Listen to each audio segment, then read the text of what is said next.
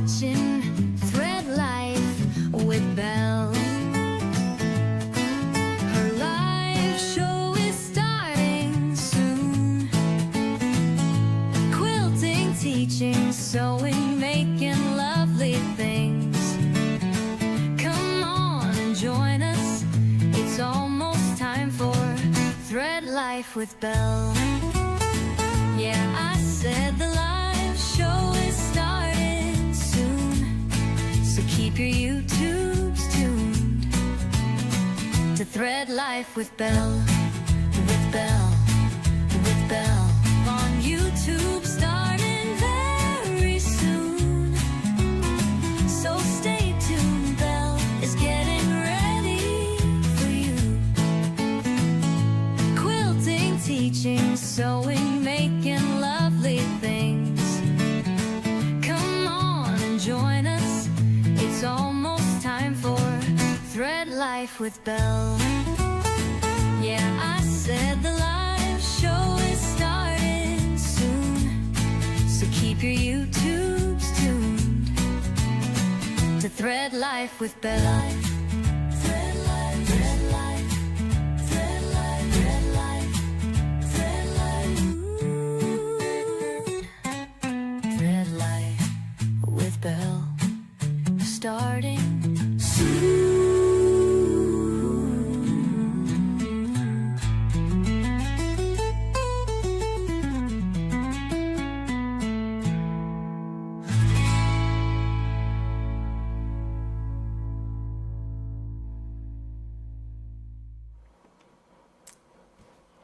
Hey quilty friends, Hello. welcome to Thread Life with Belle.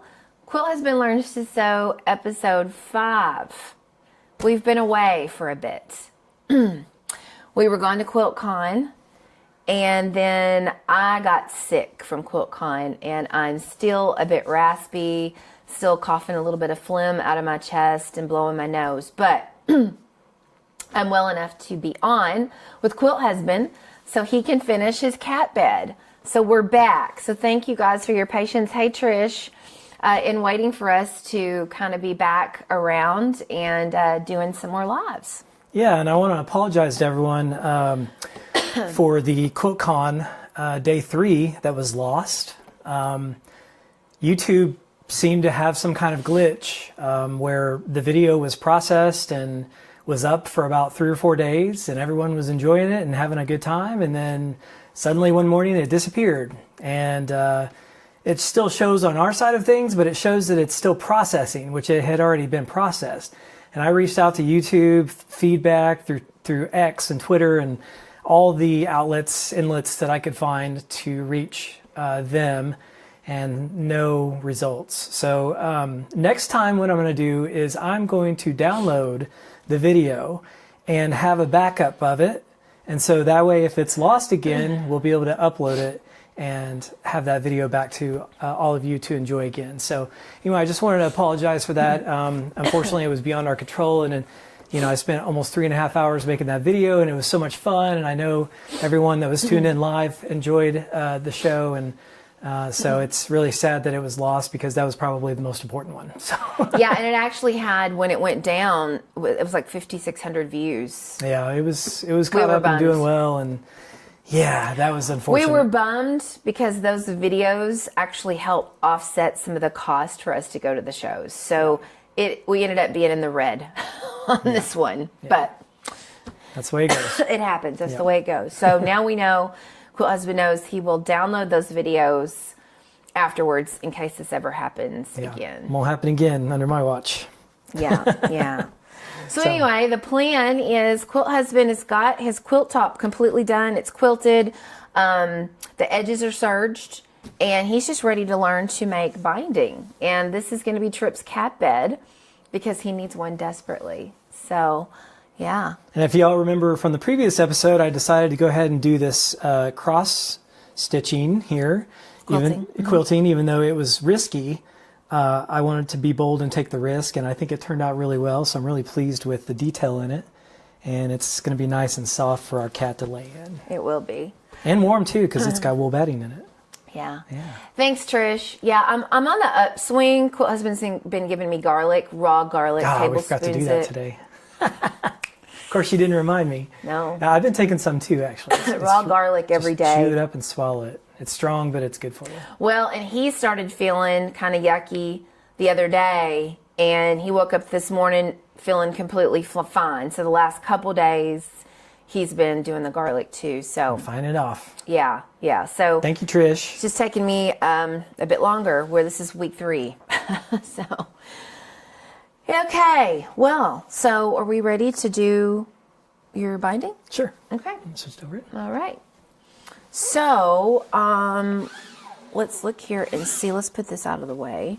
And you want to do, you said the brown? Yeah, I think I like this brown color. Okay. And it'll hide, dirt and hair and stuff. Okay, we've got this extra too if we need it. So I calculated that you need 6 strips. I'll put this down here, and you've got to press that first. And I've got the iron on for you, I think, over here. Yeah, the iron's on for you. Yeah, so that's Sure, what that's enough? you're going to use. 6. If you don't have enough, we've got one more strip, so you can get 6 out of them. We didn't Yeah. have one of the blue. Okay. No, we have one more of the blue. So Okay. yeah, if you want to press that. All right, so I'm going to go over to the pressing station and press this now. Okay. I'll get your ruler ready for you.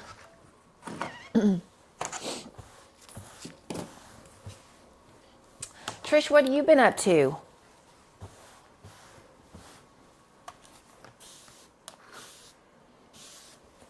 Anything fun? Have you been making anything fun, Trish? Well, we sure did enjoy QuiltCon. It was a great show, and we saw lots of awesome things there. I think probably one of my favorite booths, I think my most favorite booth out of all of them was the American Vintage. Modern American Vintage. Modern American Yeah, Vintage. Chris. And I got to meet Chris. Yep. And really nice guy, and appreciated meeting him. And he had so much inventory there that he spent, he said, 16-hour days preparing for the show to get all that product ready. And his work is just amazing. And I know sometimes the items can be expensive, but the work he puts into it by hand is just impeccable. And it's really a beautiful thing that he does. And so it's always good to support people like that if we can, if we're able to. These are his tools, if you want to show them. Sure. So this is heirloom quality stuff, y'all. This is a splurge. He hand makes every single one of these. And here's the, and I've got one more of those too, seam rippers. I think I've got it linked below, but slowly but surely I've gotten all of his stuff. He has sent me a couple of things just as a thank you because I always usually talk about his stuff, but I bought 4 of these things. And these aren't even like fancy versions. He's got some just... Oh yeah, these are not even the fanciest of versions. This is when he was kind of first starting out. Yeah, As he's gone on further, they look more like this. This is the newest thing I have from him. I would say even more detailed than that. Oh yeah. I mean, just the detail and what he's doing is amazing. I think he's got, was it a clapper that he's got with a hummingbird on it? Yeah, and I don't have his. I have a different one, which I don't know what I did with. Oh, here it is. This is not his. Someone else, actually, when I was at a retreat, her husband makes these and made this for me, which I actually need to sand that. But Chris, when he does these he has quilt blocks that are like made into here with wood. I mean, they're amazing. And this is like to press your block. So I don't have one of his of that, but yeah, it's pretty talented for sure. This is my favorite Jack right here. Your favorite Jack. Jack the Threadripper. Yeah, this one's for like my little hands, that small version. This one I keep over at the cutting table because I end up needing to use it. Okay, so I think I've got this pressed good now. So should I press? I shouldn't press the back. Nah, you don't have to. Still a little fold there. Is that okay right there? Oh, you got one of his large clappers, Trish? Yeah, they really are nice. Okay, you finished a baby quilt the size of Idaho using clear blue tiles. A great learning process. Huh, I've never heard of that. Okay, so we need to go long ways. Long ways. Okay. So we're going to go this way. And you'll do 2.5 inch. Okay, so is that ruler turned the right way? So if you flip it around, you'll have the green squares that show the 2.5 inch. So when you do it this way, it's showing 1 inch, 2 inch threes. So the black is this direction. When you flip this around, you'll get the half marks. So now you can see 2.5 is right here.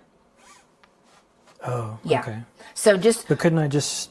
it makes it's more difficult to see Oh, I because see. your Just 'cause it's not- 2.5 you're going to have to find Yeah. right there. It's just harder Yeah. to see, but not necessarily the wrong way. Correct. Okay. Yeah, it's just a lot harder to see actually. So Yeah. just keep that in mind with this is the So Tights magnetic cutting mat.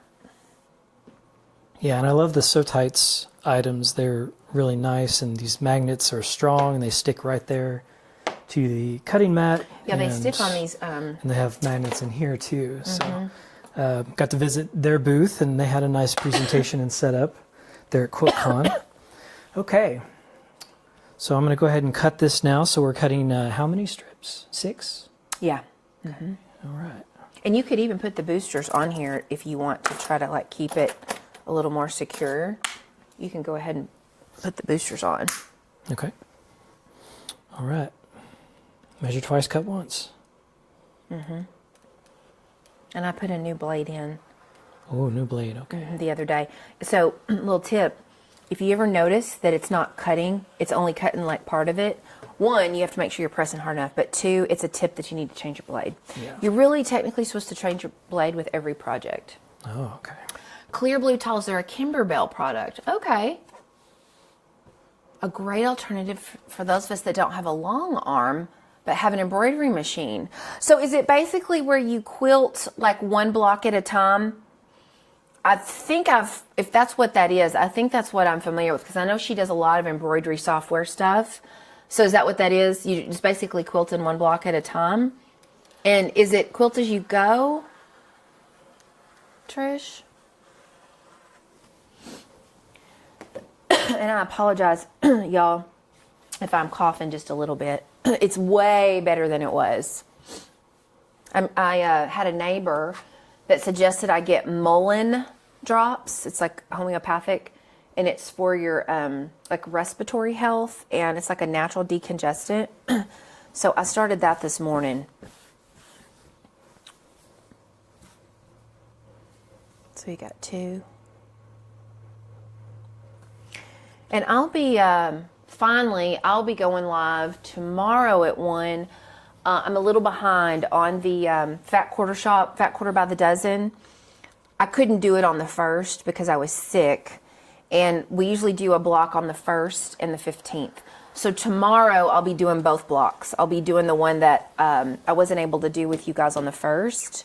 And then I'll be doing the one for the 15th. So it'll be a longer episode tomorrow. But one of the blocks is like a clover, and it is so cute. So I'll be doing that. Excuse me.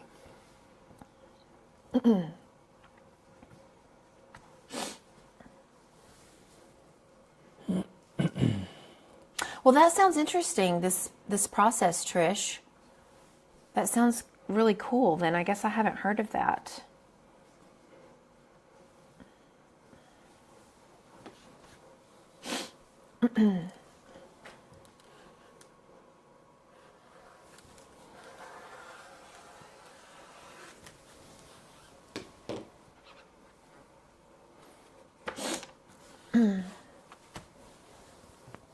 So there's 4. Do you feel like you're going to remember how to use the machine and everything since we've been like away from this for like 4 weeks? Yeah, I think so. 3 weeks? Yeah, rethreading it might be a little rusty, but definitely using it. Yeah.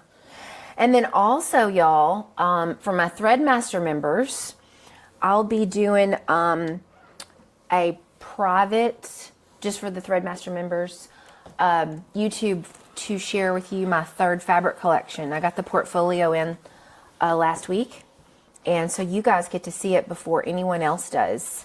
And that will come out in the fall. Really exciting. Yeah, that one's exciting in the fall. So that will be coming up within the next 2 weeks.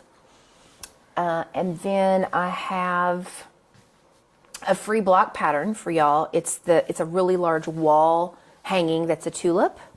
You use your rotary cutter to cut that. And that is a free pattern that I'll have for you guys. Normally it's for purchase, so people have to buy that on my website, but it's pretty big. It's like, I think it's 25 by 25. I'd have to double check and look at my pattern. And so that will be another one that we'll do this month. See if I've got it printed out here. It's a PDF download, but it's one that will be free for you guys. I don't guess I have that printed out. And thank you to all of you tuning in today. Appreciate all of you joining us and coming along the journey of Quilt Husband learning to sew. Finally get to finish this project, and I've been kind of thinking about what my next project might be, although I haven't fully decided yet. I don't want to go too difficult yet, but I also want to try to maybe go a little more difficult, just to get more experience, because eventually I'd like to start making the garments, and I'd love to make a waistcoat for myself. That would be a cool thing to do. I really would, yeah. Yeah, and then Is that the leftover one? Yeah. Okay, so let's throw this in your scrap box. Okay. Okay, so now with binding, you're going to get all of these and line them all up this way so you can cut off the selvage. Okay. So just stack them in a row. Not on top of each other?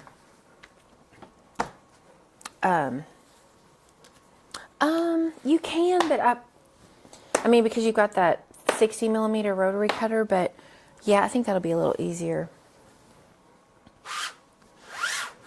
It's just stacking them like that. You could do 2 on top of each other if you want, or 1 on top of each other. Yes. Okay, I'll just do it like this. Okay.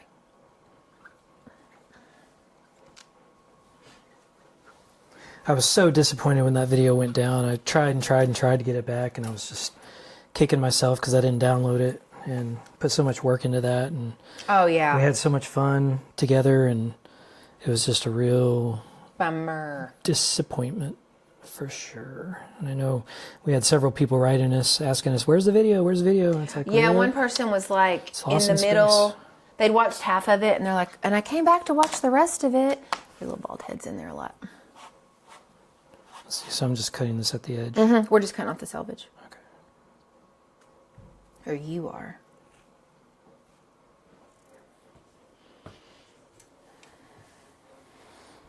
Okay.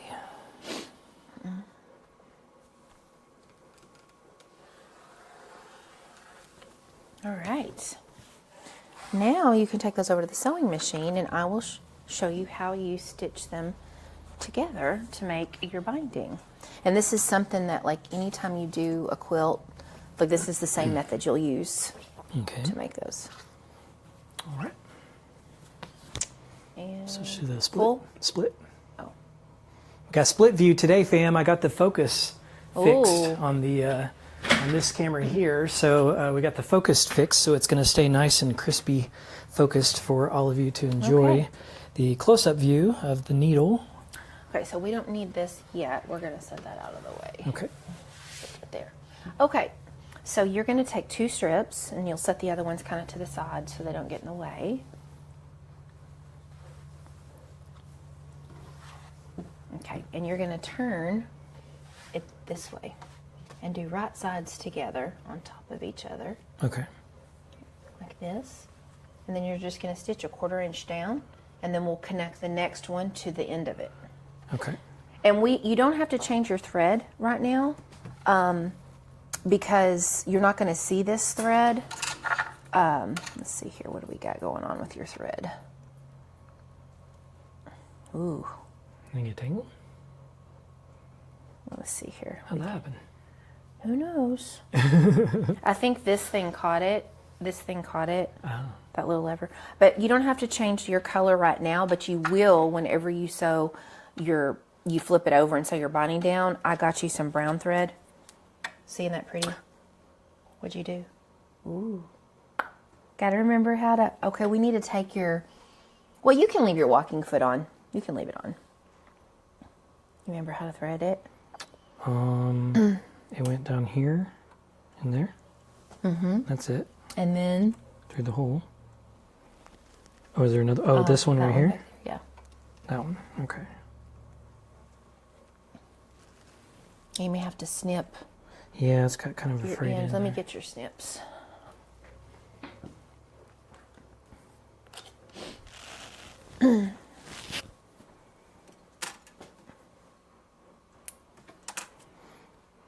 Okay, rethread the needle here in this tiny, tiny, tiny little hole.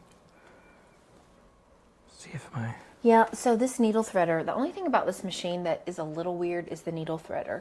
And either some people love it or hate it. And I've gotten to where I just manually thread mine on this machine.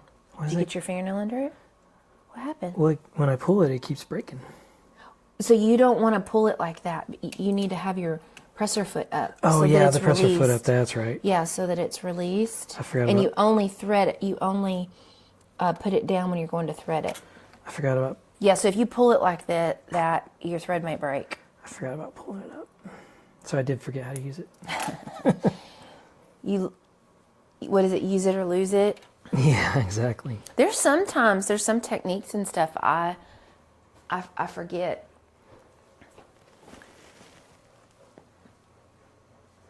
If I've not done it for a while. Okay, now raise the presser foot up, and then I can pull the string back. Okay. All right. Okay. Now I'm going to sew these ends together like this. Mm-hmm. Okay. Yeah. And you need a 1/4 inch, so let's mark that. Okay, there. Yep, that's your 1/4 inch line right there. You see the 4th, Mm-hmm. but it's also the end of that too. So that's a nice way to see that there. It's the end of your. Okay. And then put the needle down. Oh, and we need to change. So this is still on a 3 when you were doing quilting. Okay. So you want to put it on a 2. 2 is usually the safest bet, 2 millimeter. One more. Click. There you go. And that makes sure that your stitches are kind of small, so they're really more secure that way. Okay.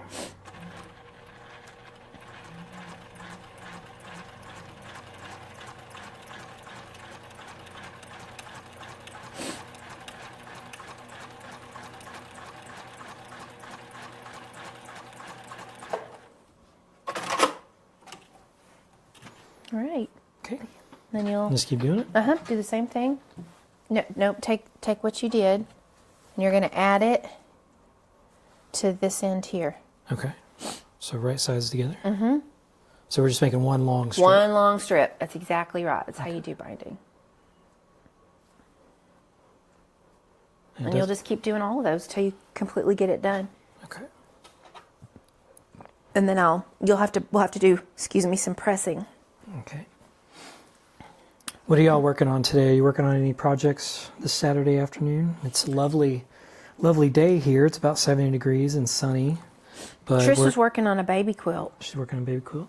But we're expecting some cold weather next week. It's going to get below freezing at night. Hard freeze. Every time everything starts blooming, we get a hard freeze that kind of sets everything back. It's a little disappointing, but Yeah, I'm really bummed about that because I've got some stuff coming up and blooming, and I don't think there's a way to. I mean, we might be able to cover a few of the bulbs, but I don't know. yeah, we've got some sheets that we can put down. Yeah, So that's, on my azalea bushes particularly. is that straight enough? Yeah. Yep, that's good. Okay.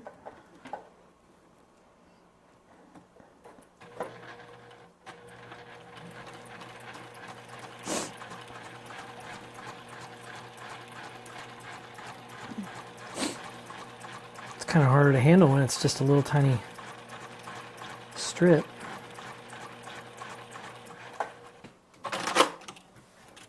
Okay. On to the next. And thank you all for tuning in to watch me sew. finish up your... Finishing up the cat bed project that we're working on here so I can finally get it done and move on to something else. Yeah. Yeah, that's a good habit, is to try to finish what you start, at least in my opinion. Yeah, I don't like leaving stuff hanging out there. Yeah, I don't either. I'm the type of person that really wants to finish. I will spend extra time if I need to get it finished, but sometimes that can be detrimental if, you know, you're in a time crunch, then that makes it harder, but I try to allow myself time to... I'm actually going to go ahead and stitch while you're doing that. Okay. My little EPP hearts on the background fabric. I'm like 5 days behind. I'm doing a temperature quilt, y'all. And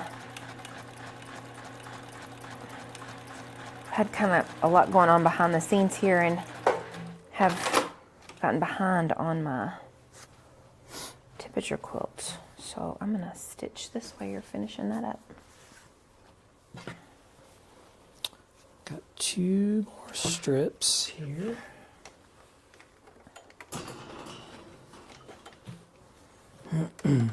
I've really enjoyed my sewing journey so far. I really am enjoying learning about the machines and the processes and the techniques, and with the end goal of making things with my hands, which is really fun and good for me because I don't work with my hands in my work every day. So, well, sometimes, but not always, very rarely. Just every so often I have things to do with my hands, but for the most part it's brain work. So to do things with my hands like this is really satisfying.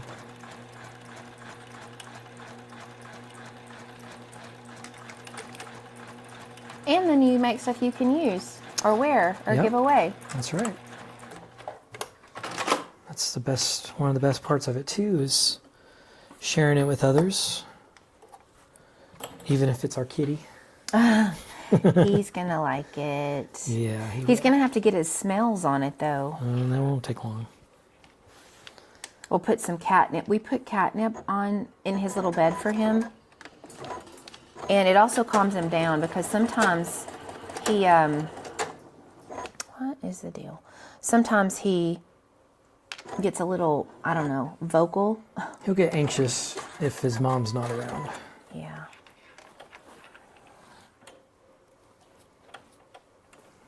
He loves his mama. And I get love in the morning usually, but any other time he's just like, yeah, whatever. Or if I'm out of town. Yeah. He gets desperate. He gets desperate for love. He'll come love on me. Get morning snuggles though. I pretty much always get morning snuggles. Okay.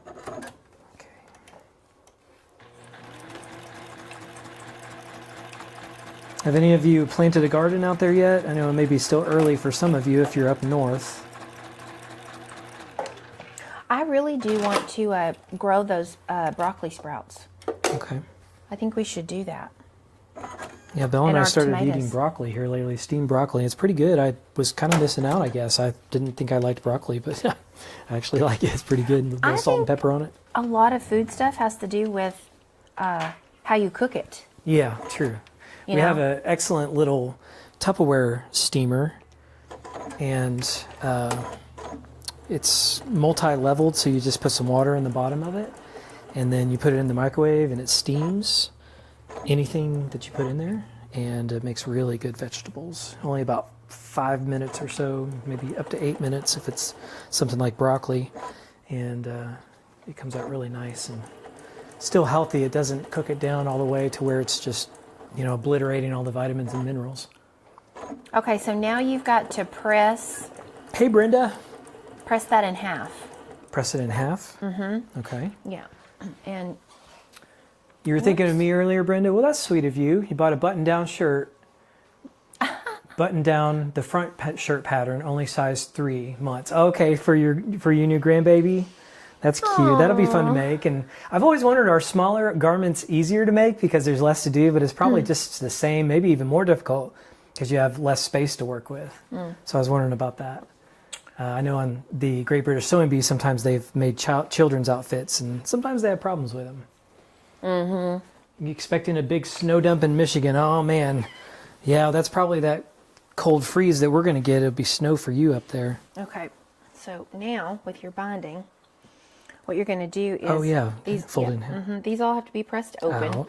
Yeah, and then So- fold it in half. Yep. Okay, I remember. And then you're just holding it with your finger like this, and then run the iron all the way down. Yep. Yeah, Okay. press it all the I way. remember this now. I did this for Belle a few weeks ago. All right. What is that shadow above that line? It's the sunlight shining in. Oh. So the sunlight's right here. Okay. 'Cause it's that time of day. So I'm just going to press these seams out here. Try not to get my bald head in the view. Yeah, I remember you used to kind of be like, Belle, your hair's in view. Yeah. It's hard to not... It's hard to gauge where you're at in I terms of the know. camera, and then of course you want to be able to see what you're doing. So it's challenging being on this side of the camera for sure. I enjoy the shows because I'm always behind the camera, so I can just talk and not have to worry about me getting in the way. I just control the camera and the things that I say, and it's a lot easier. This side of the camera can be challenging. And of course you have to, engage with the audience and think of things to talk about, and, just while also trying to concentrate on what you're doing, which can be a challenge. Mm-hmm. Oh, Brenda said that QH has inspired her to garment sew again. Hey, that's awesome. He hasn't even made his first garment, Brenda, and he's inspired you, so that's impressive. Well, that's beautiful. Well, thank you so much. That makes me feel so good that I'm inspiring other people. Because that means a lot.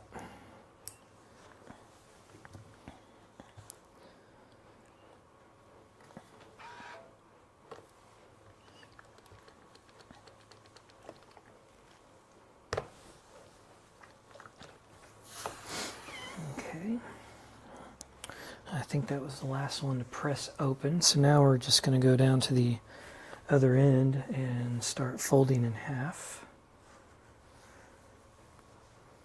I think I like to fold away from me rather than towards me. Make sure that y'all can see what I'm doing over here.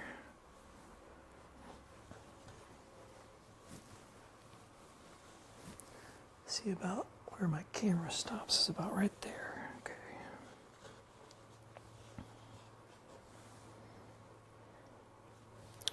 So what I'm doing here for the binding is just folding this over to press. And I'm just going to do that all the way across. Try to get as much of it as possible in one swoop.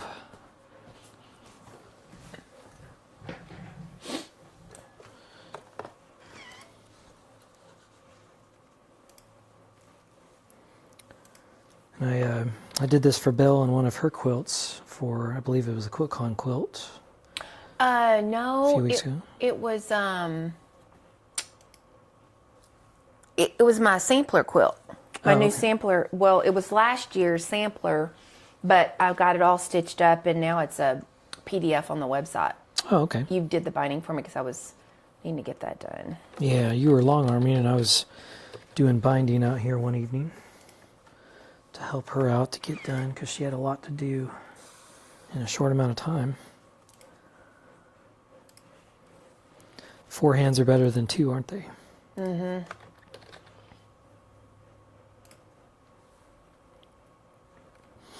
So I'm just matching up my edges here as well as I can. And as we go, I seem to be able to just have a little less space to work with, but that's okay.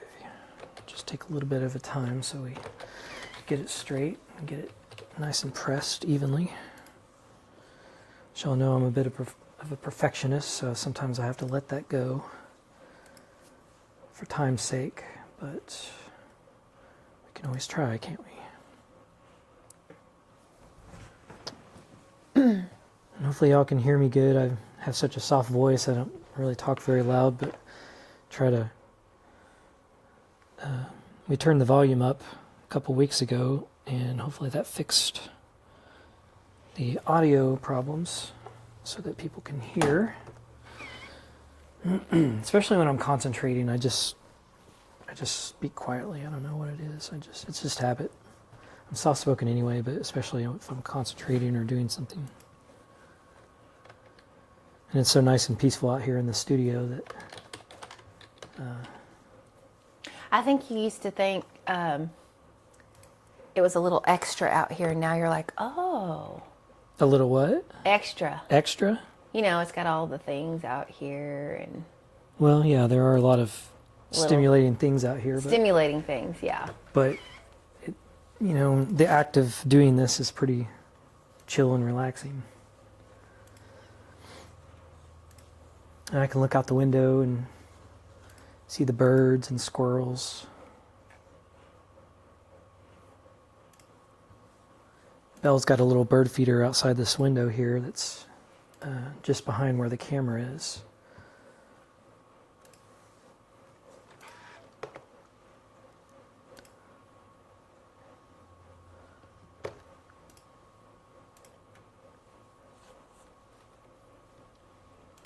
Try to get as much as I can.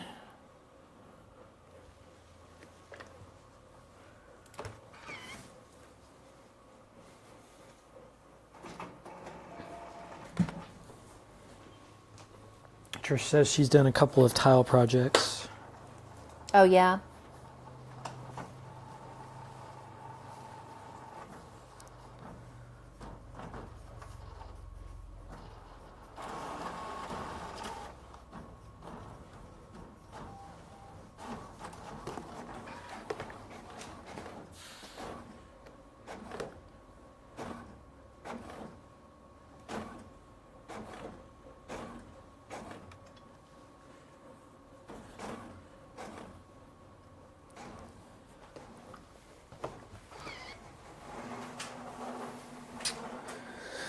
And we're using an Aliso iron here, which is a really awesome iron, and I like that it raises up off the surface. I had to get used to it at first because I was used to kind of tilting the iron up like the old style. But these Alisos, they have a little built-in riser that raises up the iron when you set it down flat. When you take your hand off of it, actually, it does it. And shout out to Aliso for their wonderful products, and I got to meet some of their representatives at the show and see their products.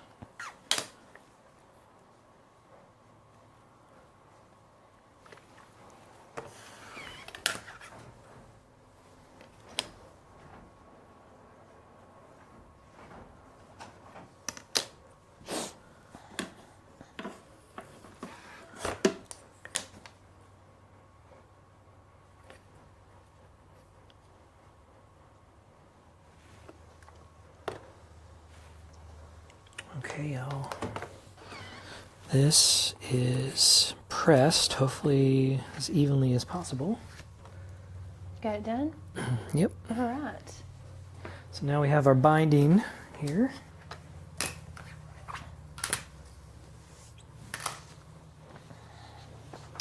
All right, so let's grab your... and I will show you how to put it on. So I'm going to show you the way I do binding because my guess is you're not going to want to hand stitch down your binding to the front, correct? Mm-hmm. So with machine binding, hey Annette, hey there, welcome, welcome. It's so great to have our thread masters here. Thanks for joining us. Kissimmee is a beautiful place in Florida. Oh, it is, yeah, for sure. Chris's uncle lives in Orlando. Or Hutchinson Island. No, Hutchinson Island, and my other uncle lives in Orlando. Oh, yeah. Your mom's brother. Yep. Okay, so we always stitch this down from the back, and then we're going to wrap it around to the front. Okay. So what you do with binding is the raw edge is going to be here on the end, okay? This is going to be your nice edge that's going to be on the outside. Okay. I know you're like, how is this going to work? So we always have to leave a little bit of a tail. So I usually leave about 10 inches. Let's see what we got here. It's about 10 inches right there. So let's grab those clover clips. All those clover clips. Yeah. That's what we pin the binding down with. And a couple little tips here. So this is where you're gonna start sewing, all right? Here. We have to leave this extra because we have to join our strips when we get back around to the edge, all right? So always leave about a 10-inch tail. And you don't ever want this seam right here to be on the edge. It makes it harder whenever we make the mitered corners if this is going to be there. So if that's the case, you're going to want to adjust this a little bit. So about an inch off the end here? We would come down a little bit more if this was going to be right here on the corner. Okay. But your quilt's going to be all different sizes. So no matter what size your quilt is, leave a 10 to 12 inch tail. So how is this going to be wrapped around? I'm going to show you. Okay. Okay. You'll see the magic all come together. All right, so I'm going to be sewing this direction? No, you're going to start here and sew this direction. This is a tail. Okay. You're not going to sew over this. The tail. Yeah. Yeah, because we got to connect it up here. Yeah, and we actually are going to come down just a little further because when we stitch your other one's going to stitch to about here and we're going to stop.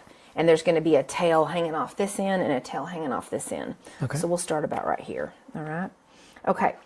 So then we're going to turn it. And this is how you make your mitered corner.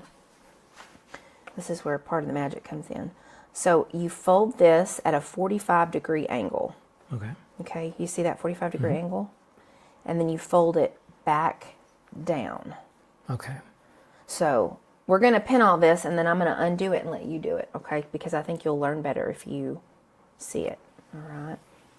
And then we're going to come down. And see that seam right there is not, we don't want this to be up there, so that's working out good so far. And we'll just add a few clips as we come down. And this is my secret weapon, is serging the edges. It makes everything lay really flat when you serge the edges of your quilt. So y'all, I mean, if you get the chance to buy like a used serger, which is what I did, it is so helpful with serging the perimeter of your quilts. Belle serged it for me. I didn't do that. I did do that. We didn't do, Quilt Husband Learns to use a serger yet, which you're going to have to learn if you do garments. Definitely. Okay, so again, we're going to get to the corner. We've turned it. We're going to fold this at a 45-degree angle, and then you bring it back down, and just make sure that's even across, and then you pin it there. I need some more clips. I'm going to fill up the water cup real quick, and then I'm going to do this. Yeah. Well, I'm going to undo it and then let you do it by memory after I show you. Okay. Sorry for the noise. Yeah, so that serger is definitely a game changer. That sound you're hearing is the water tank. I've got some. Yeah, I have like a fresh water. spring It's a water from nice Hot Springs. electric water tank so that I can have hot tea. Which actually, I need to do a cup of my clover tea. We have delicious spring water from Hot Springs, Arkansas. Okay, so I'm doing another 45-degree angle here, Okay. and then we're clipping it again. And it looks like everything's lined up where you're not going to have any issue with your seam showing. So you can just do several all the way down. It kind of keeps it all in place. And you're going to turn it again. And this is basically how you do mitered corners. We'll put one more there. So this must fold over. It does. Oh, okay. I was just trying to wrap my head around, like, okay, how are we getting this to the edge? And we're sewing it here, and then that, okay, wraps over. And then we're going to stop sewing about right there, okay? Because you need, well, to come down a little further. You need about this much space because we're going to have to like bunch this up and fold it over, and we're going to have to join these. Okay. Okay. So for now, I'm actually going to go ahead and cut off this extra here. There's a seam right there. So I'm actually going to cut it at that seam there. All right. So that's how we're going to do that. And this is just extra. Okay. Normally I don't cut this extra off, but this is a lot to be hanging out there. Okay. Okay. All right. So that's what you're going to need here. Okay. All right. So I'm going to undo all this. All right. And then have you do it. By memory. Sergine makes the binding look so pretty. You love your Juki 644D. It goes through thick quilt binding like butter. Yeah. I have a Baby Lock Imagine, which is discontinued. All right. Okay, there so you go. finished edge in. And just about that much space there. So I'm lining up the edges here. And then put a clip about Right here. just past halfway. And you're going to want to do these where the flat side is down. Okay. So color side up. Okay. And then, Turn it. Yeah. did you put another clip down here just to secure it? You don't really need one Okay. on that one. So this you fold up. You have 45-degree angle, so you fold it at a 40, pull it tight, and a 45-degree angle is like on a diagonal, corner to, yeah, like, and kind of just press it with your finger a little bit, and then fold it down.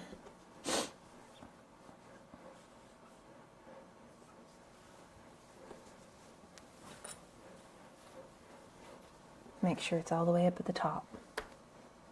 Make sure it's all the way lined up to the edge. Yeah, go.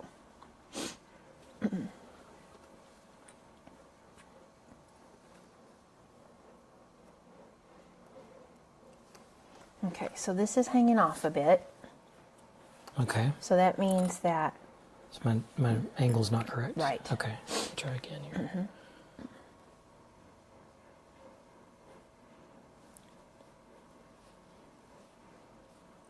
It's like I may have done. There we go. There we go. I think like that.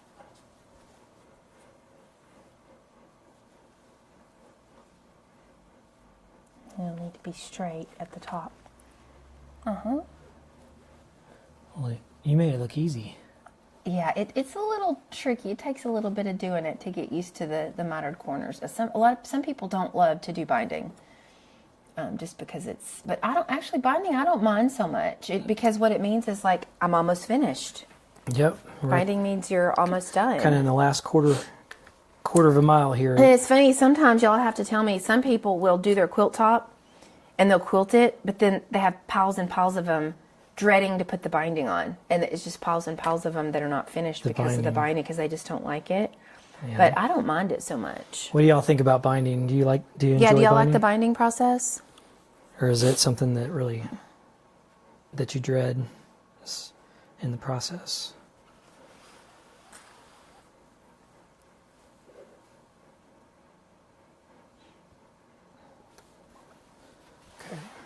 Okay. I apologize if I get my head in here. It looks like I can go about it right there. The only other option is to bring this down closer to you so you're not leaning so much forward. Oh, that's a good idea. Yeah. Okay. They also won't hurt your back so much either. Yeah, leaning forward kind of gets me. Okay, let's get this. Okay, Trish loves doing binding. She loves Now, it. Trish, do you hand stitch your binding or machine stitch your binding down? I am a machine stitcher all the way. I have never done hand binding unless I'm doing facing. And that's because facing can't be machine stitched because the facing is usually for art quilts. And so you have to hand stitch those down. But otherwise, I am a total machine binding. Okay, Liz said, hey Liz. Liz likes, that's her second favorite thing to do. So Liz, what's your first favorite thing to do? Trish likes both. I think my She does favorite both. thing was Okay. the quilting. You liked the quilting part of it? Yeah. Okay. My favorite part is the piecing. Is that good enough right there, or is that a little Yeah, off? that'll work. Yeah, because as you come down, things will shift a little bit.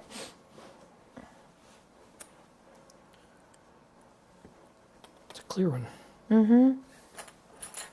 Yeah, these are the off-brand. This is the Amazon brand. Trish likes both.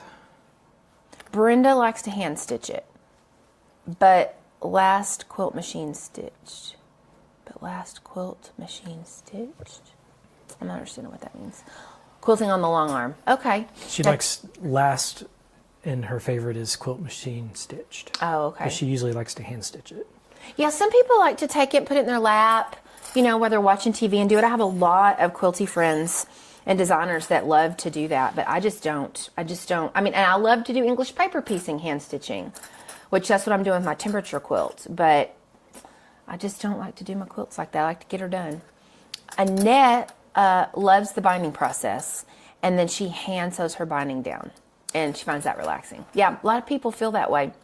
It's interesting. It's always fascinating to hear what people love, what they don't love, what their favorite part is. I'm just all about the machine stitching. Okay, it's got to be straight across. I usually just stick my finger, yeah, put your finger under there like that and straighten it out, and that'll make it straight. You're doing good, babe. Now that I'm getting the hang of the long arm quilting, I am really enjoying that now that I'm kind of understanding all of the components of that. Yep, you're doing good. Home stretch. And then you've already got your walking foot on, so it'll feed through your layers of fabric really nicely with your walking foot still on there from when we did this last time.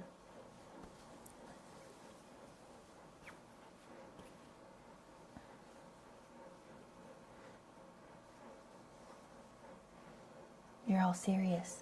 Got your serious learning face on, don't you? Yeah.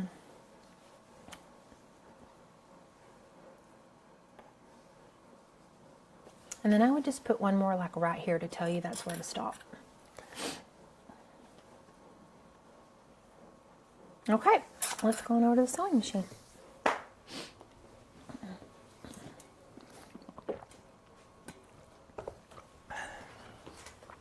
Okay, Trish said she likes everything. The ironing, the cutting, the piecing, the binding, but she dislikes doing borders. Now, Trish, I'm with you. I don't like borders or sashing. A few of my quilt patterns, I do have it, but it's all the same color to where it just looks like it's the background of the whole entire quilt. I don't ever use binding or borders in a different color.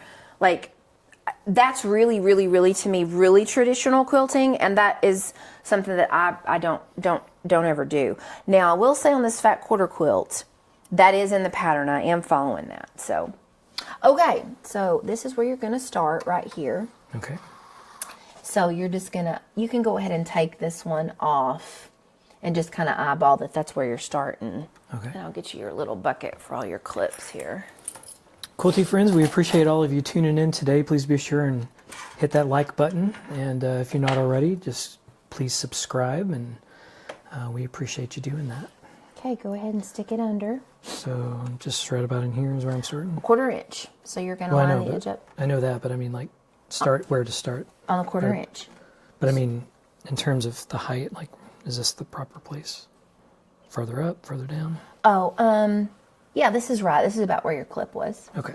So you're just going to make sure you stay on the edge here, and we're sewing 1/4 inch away from the edge, okay? Okay. And you'll want to back stitch when you start out. So you'll, stitch, and then you remember this is the back stitch. Back stitch. Okay. So needle down. And stitch a few stitches forward, and then back stitch. And back stitch a little bit, just a couple of stitches back. Okay, that locks it in place for you. Okay. Now my machine, my other Juki that's computerized does that for me, so I don't have to do that. Okay. It's programmed to do it. And you're just going to stay right along the edge there, and just make sure your binding stays right along the edge too. Okay. Yeah. And when you get close to the corner, I'm going to have you stop, and I'm going to show you how you do that. And that's a little tricky, but you can do it. I'm just kind of fold this out of the way, and you're going to come down and stop at about 1/4 inch. So eyeball about 1/4 inch. That's where you're going to stop sewing right there. Okay. Okay. Right. Just keep that out of the way. Right about where the fold is. No, that's too far down. Just before the fold. Yeah, this is 1/4 inch from the edge, so that's about 1/4 inch right there. And if you really, let me get you a cheater, just so you can kind of get used to eyeballing that. This is a cool little ruler here. This is a 1/4 inch, so you can hold that right there and see your 1/4 inch that you stop, is right there. Okay. Okay? All right. Just off that second dark mark. Okay.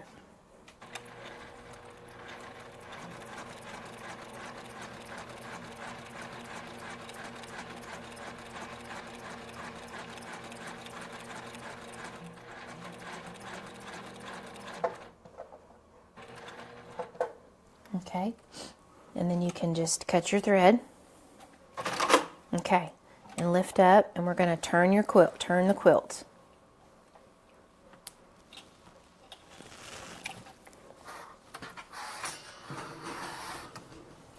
Okay. Okay.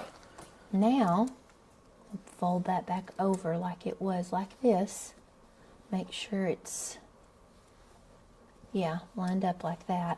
And you're going to start stitching here all the way down, 1/4 inch away. Okay. Yeah. Just keep your finger, I just kind of keep my finger there. Keep it in place. And you'll have to kind of adjust as you go, because it kind of, you know, you'll get some slack in here. So you'll take your clip out and smooth it out and keep going. Okay. Yeah.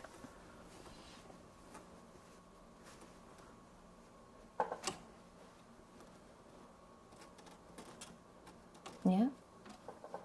And you can come up a little closer so that the needle's going right in the fabric there.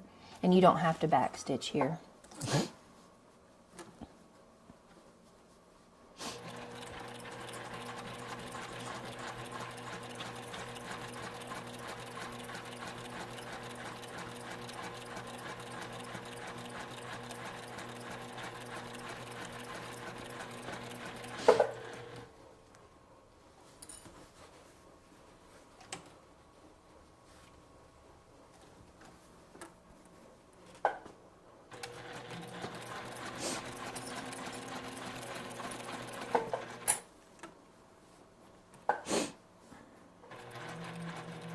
You're doing good.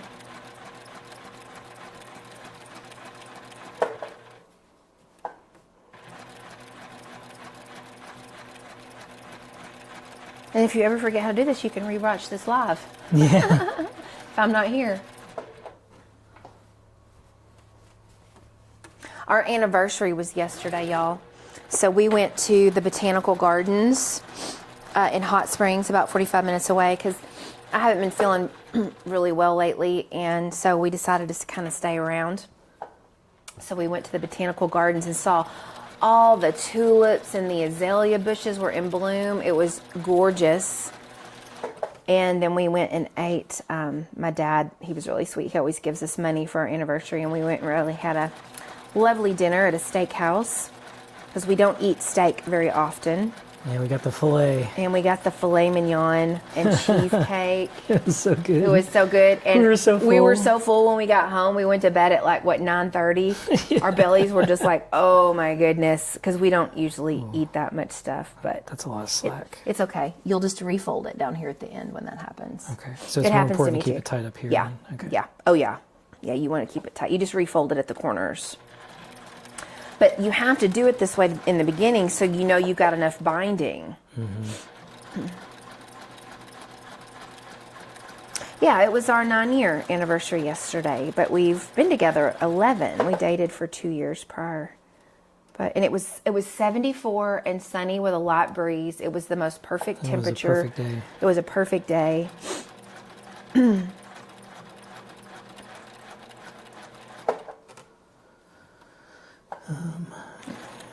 Okay, now you're going to have to unclip that and straighten it out. Just unclip. You can't have a fold like that.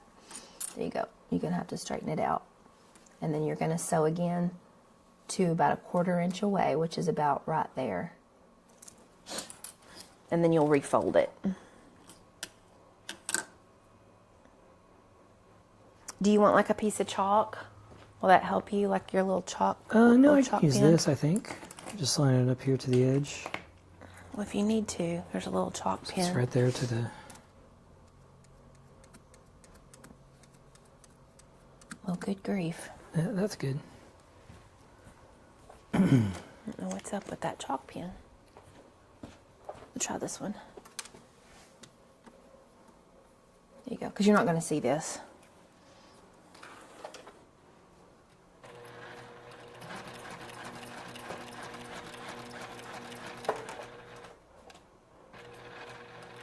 Oh my goodness, Brenda. You made a national park panel quilt, so she made it for her brother and sister-in-law. Then they just asked her if she could add borders and make it larger. No, not when it's already done and quilted and bound. Make borders and make it larger. Or for an extra $500. So now I cut it. Yep. And then you'll turn it. Oh, did it not cut? It must have not cut. Look, there you go. Okay. Then you'll turn it sideways. And you can go ahead and unclip this because you're going to have slack. I need to refold it, don't I? I would turn it the other way so you're, but it's up to you. If you turn it the other way, it's kind of like how you remember doing it when you were over at the cutting mat. Yeah.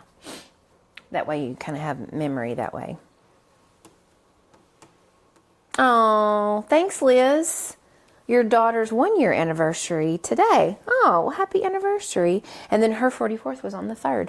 Yeah, March is, I don't know. I love March because everything's starting to bloom. And during when it's our anniversary, which is the 13th, at which we always, it's easy to remember because that's the day the pandemic was officially announced. We had just gotten back from an anniversary cabin trip, and it was like, I don't know, 6 or 7 o'clock, and we'd gotten home, and I don't know, it turned on, I think it came across the internet that it was a national disaster with the pandemic. So, yeah, we know exactly that. It's been 6 years ago yesterday. 6 years. Yeah, that happened. But I like that we got married in March because things are starting to bloom and get green and warmer. Usually our average temperatures here for the spring are like the high 60s, low 70s this time of the month. So Is that straight enough? yeah. Okay. It's kind of a challenge to do there. Those mitered corners. It'll get easier. Another thing, let me show you another trick that you can do if you're real. I know you're kind of, I can tell, going to be a particular It's like one side perfectionist quilter. Let me show you a little trick. You see this stick? Watch what you can do. You can stick it up under here. Oh, and then pull it. Yeah, that's the hack There you right go, there. baby. Okay. I can tell it's going to bother you if it's not perfect. So there's your little trick. I don't do that, but That did it. There's you feel better. you need a chopstick. Okay.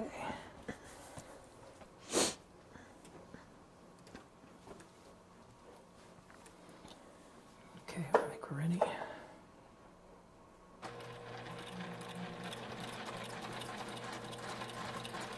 I always love the sound of this machine. It kind of just hums.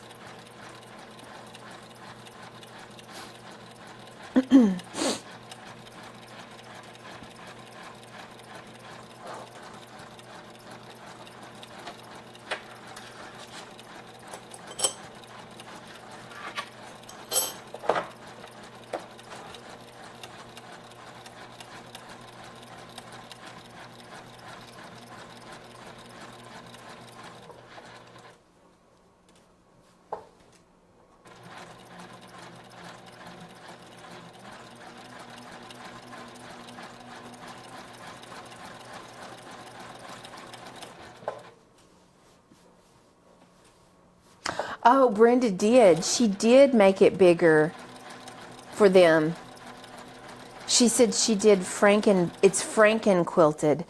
What is Franken quilted? It's like Brenda, pieced together like a. what did you like? Had you already had it bound? Hey, Elsa. Welcome. We're glad you're here. It's okay. Quilt Husband is learning to do binding.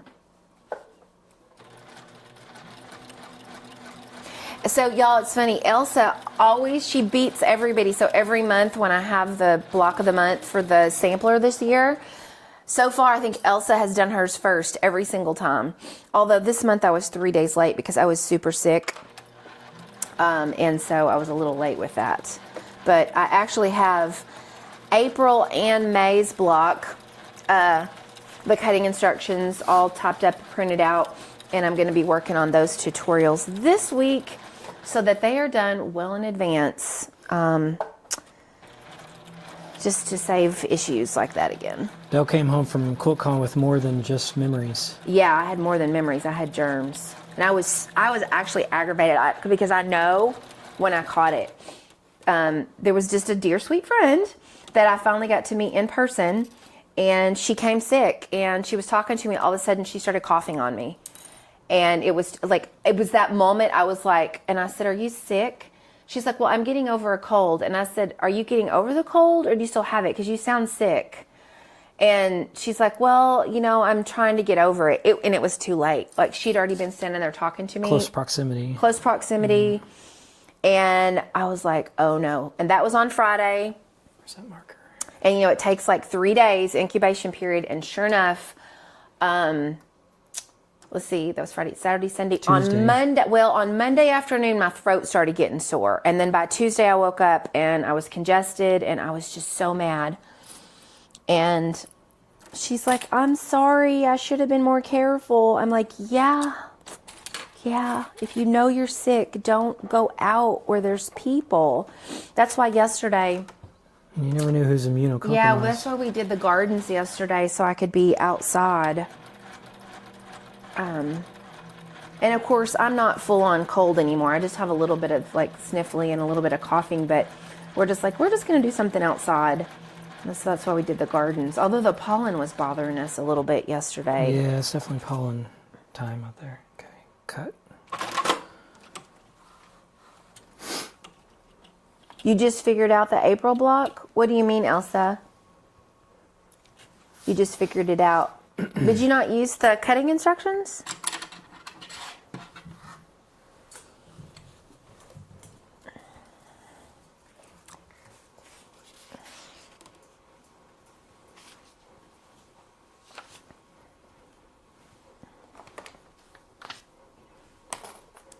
Probably should have zoomed out the close-up view just a little more so you can see what I'm doing here.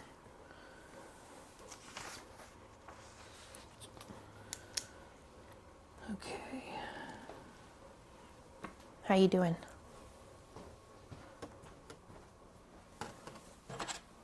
You're gonna do your little cheat thing? Yep. That makes it so much easier.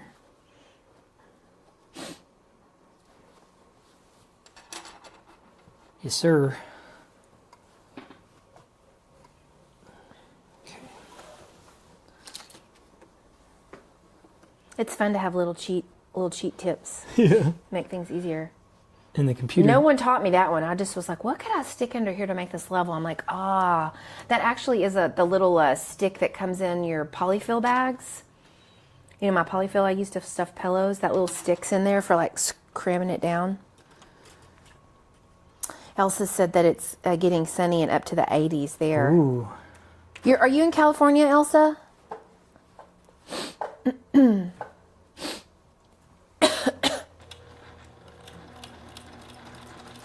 He is doing good, Liz. Thank you, Liz. He's meticulous. You never know. Like, I wasn't sure if he was just going to be like, yeah, let's just do it. This is good enough. So it's been fun to kind of watch like what he's particular about. And he has a saying, anything worth doing is worth overdoing. So I think that that might be your... Yeah. Okay, where are we getting? Okay, all right. You still got another corner. All right. Yep. Now, normally, if you were going to make a quilt label, you would save one corner and not sew it yet. Okay. Okay. But we're going to use a fabric marking pen so you can label the back.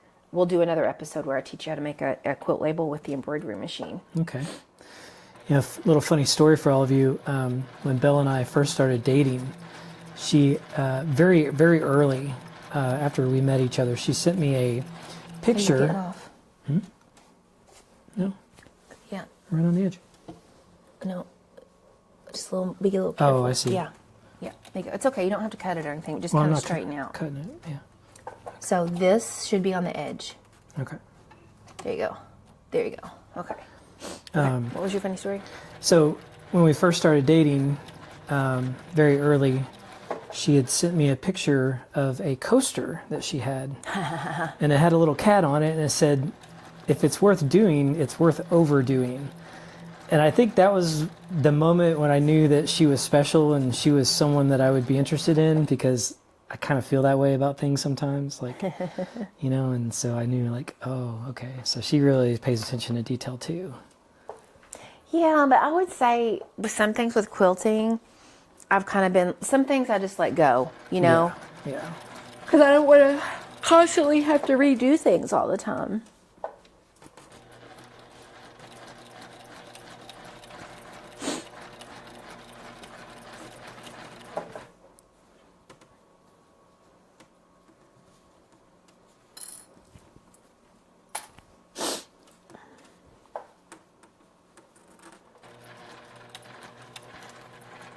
Hopefully getting off there won't mess up. You weren't off that much, but if you had stayed on that, it does affect when you fold it over. It's not going to be as straight if you had kept off course. Okay. And if you didn't have that walking foot on, you would be using this, and that's a perfect 1/4 inch. That would keep you from. Mm-hmm. Yeah, I kind of like that one that has the guide on it. The thing is, sometimes, see, since this walking foot, it feeds both layers through, so you don't have any slick, because this is really slick underneath. Yeah. So, but sometimes I do it without a walk. I actually don't usually have my dual feet on my other machine when I'm doing it. Last mitered corner.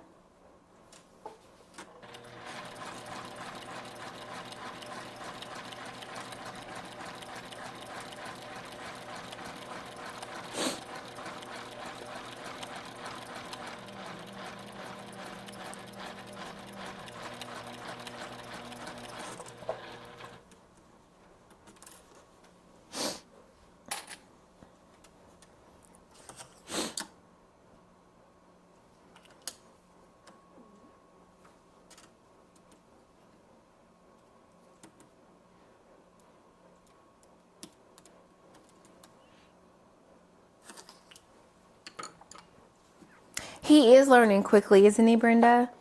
Yeah, if I could just remember everything, that's. Well, yeah, I mean, with binding, it's like you'll have to rewatch this video if I'm not with you. I mean, I do think you should make a full quilt at some point, like piece blocks and make a full quilt. Maybe that's what I should do next. Let's try to make What are you doing? Huh? You just sewed off the whole end. No. I did my 1/4 inch. You did? Yeah. Oh, you did. I'm sorry. From my perspective, it didn't look. I was like, oh no, did you just sew off the end? Okay. Yeah. Yeah, you could use one of my patterns. Yes. And see if you could follow a pattern. See, it's all the instructions are written out. Snippers. Which one of my patterns do you think you'd want to do? I already did dueling diamonds when I made your quilt with that one. I don't know, actually. Some of them might be a little more girly. Yeah. Fray boxes. That's what I was thinking was maybe free boxes. Fray boxes is actually a beginner quilt pattern. And it doesn't have really a lot of piecing. I mean, I love the dueling diamonds one. I think that's the most popular one too. Yeah, it is the most popular one. Where is Fray boxes? Yeah, now if Fray boxes is going to have that fraying. Yeah. Of course, if you don't wash it. So Quilt Husband does not like washed quilts. Yeah. He cannot stand washed quilts. Well, I mean, they get cozy. They're more cozy and snuggly, but it's it just kind of makes it's not crispy anymore. It's not like crispy new. Like when you freshly sew a quilt, it's, and especially if you do quilting on it, it's really crisp and. And I could teach you how to use the long arm on this one. Yeah. You could pick out. Remember, I got the pantograph for you that said the Saturn. So you could do the Saturn pantograph. With fray boxes, you could either use 28 fat quarters, or 2 10-inch layer cakes, or 14 fat eighths. Okay. I think this would be a good one because this is a beginner quilt pattern, and it's not a ton of piecing, but it is some. You've got 4 patches in it. So, yeah. Well, fray boxes was one I was thinking of. Yeah, and that's a little bit more masculine. Okay. So how far down here am I going? I would just go to about right there. Okay. And then you'll back stitch when you're done. Hey, Faith. It looks like Faith is here. Okay, Brenda did 8 quilt blocks yesterday using AccuQuilt. Yeah, you know, Brenda, I've got a lot of dies with AccuQuilt, and I mainly use the one for EPP because I feel like, well, it depends. Like sometimes certain dies I feel like waste more fabric than others, or I have to subcut fabric down, but it is nice for half square triangles for sure. It's so much easier with those. Drunkard's Paths, Dresden blades, and then I recently just got a double wedding ring die, and because otherwise all those little individual squares have to be cut out. So there's a few dies that I do use more than others. Okay, that's good. Now just back stitch. But was I supposed to go to where the clip was? Oh, yeah, you can come on down a few bit more. It's not a huge deal not to be exactly precise on that. Okay. You just have to have, because that way you want enough tail left to join. And we'll go over when you're done. You'll cut the thread, and we're going to go over back to the cutting station so you can join. Okay, so cut now? So we can join your seams. Okay. My 1/4 inch got off a little bit right there. Not enough for Jack, though, I don't think. Not enough for Jack? I don't know. See what you think. That's pretty poor. No, you'll be fine. Okay. Yeah, you'll be fine on that one. Okay, so joining this. So this is kind of the area here that you have to join. And one of the things we need to do, where's my scissors, is, oh, those are the wrong ones. Let's get these. You've got some extra here, so we're gonna, you want to make sure you don't cut off too much. So for now, I'm just gonna kind of cut this out of the way so we don't have a ton. Hey, Faith. Thank you, and good afternoon to you, too. We appreciate all your love, and thank you for the kind words. Okay. Appreciate y'all joining us today. So we're gonna make this where it overlaps quite a bit for now, just so you know what you're doing here, okay? Okay. You want to make sure you got plenty of, this right here is probably what, about 5 inches right here? Yeah, okay, probably about 4. for now. Okay, so here's what you do. You always have to cut off a little piece of this, okay? Just cut off a piece, because this is going to be your measurement here. Okay. So what you do is we're going to lay it like this and get these laying perfectly on top of each other. This is where you're going to cut. The top one, you're going to cut it down where it's exactly from here to here. Does that make sense? Okay. Does it matter how? Okay, so we're going by the width of that. Okay. Okay. So that's always going to be the same. Okay. So we cut at the width of. Okay. So make sure that's all in place, and then we're going to cut right there. Okay. So you've got this overlapping exactly 2.5 inches. Okay. Okay. So it's 2.5 inches. You could use a ruler if you need it, but I always just use a piece that I've cut off. Okay. Okay. The next step is you're going to bunch this up and clip it. It makes it easier to join your strips. So just bunch those up out of the way. All right. Okay. This is where it gets a little tricky. And rewatch this video if you need to later. You're going to open this up and lay it right side up, okay? Okay. This one, you're going to open up and lay right side down on top of it like this. Right side's always together. And we have to pin it in place on the diagonal, okay? On the diagonal. Yeah, Okay. pin it in place. And what's going to happen is when we go to the sewing machine, we're going to be stitching from here to here. Not from here to here, from here to here. Opposite diagonal of the pin. The pin is always the diagonal from this corner. Well, that's how I remember it easier, is just to pin it diagonally that way, and it's the opposite of the diagonal. Yep. Okay? So I'm going to undo this. and let you do it. Now, we won't cut it again because I've already cut it for you. Right. But this is sometimes where, I have some dyslexia. For a couple years, I would always forget, and I would have to like unpick. Okay. Yeah. So open this one. Nope. That's what I would do wrong. It's, right side up. Right side up. This one's going to be right side down. But you've got to clip this because... Right, you got to fold it. Yeah, fold it and clip it. They won't meet if not. Correct. It's right there. Okay, Brenda, you've done the double wedding ring die? Now I forget, am I clipping it just here or down? Both. Yeah, both together. Okay. Yeah, I just got it like maybe the week before QuiltCon, I think. So I haven't used it yet.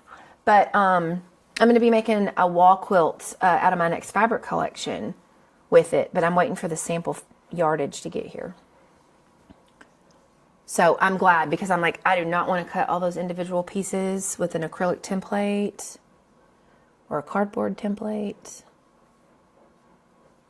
You see why you have to clip it together, because otherwise it won't want to... Yeah, it won't come together. It's not a firm there.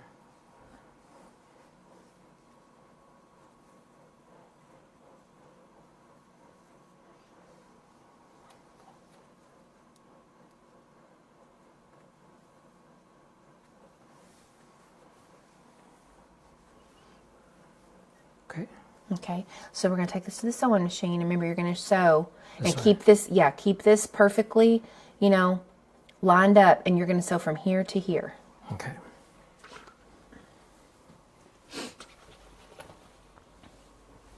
And I would say this is the trickiest part of binding for me, that I really do have to pay attention and be kind of precise with. And the more you've got this folded up like this, the easier it is for it to stay in place. And this is where the Cluck Cluck sew tape is super handy. And I'll show you kind of how you use that. Cluck Cluck. Cluck Cluck sew tape. Cluck Cluck sew tape. Yeah, for sewing on diagonals, it's very handy. Boy, this is a little tricky. You can bunch this up more.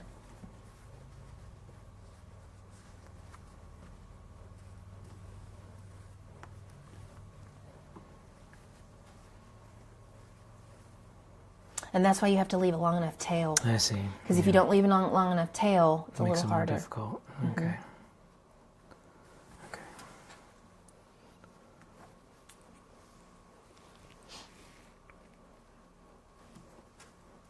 So go ahead and get it, the dot, get your corner lined up with that. The corner lined up with the hole. Okay, now go ahead and put the presser foot down. And get the other corner lined up with that red line. Okay. And don't watch your needle. Try to pay attention to that red line and keeping the diagonal on that red line. Yeah, it's a little off now. Oh, you just unpinned it. So now it's really going to be off. Let's do this again.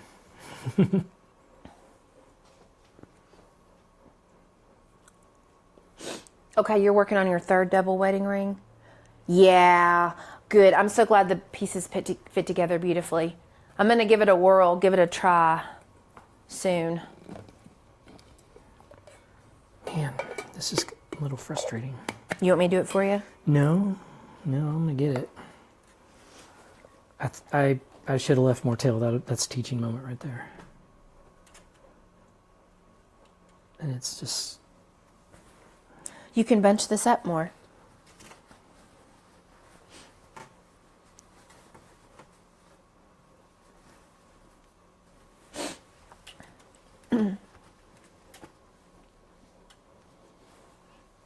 Okay. I will say binding is harder to do on small little wall quilts like this because there's not a lot of kind of space on one side. Mm-hmm. They're harder.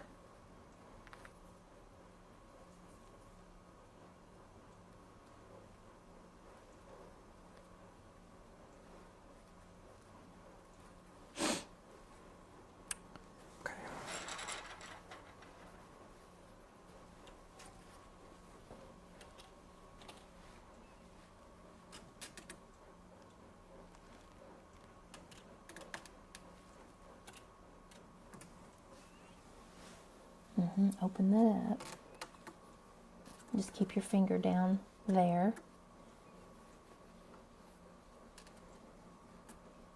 Yeah, I just didn't leave enough tail. I understand now.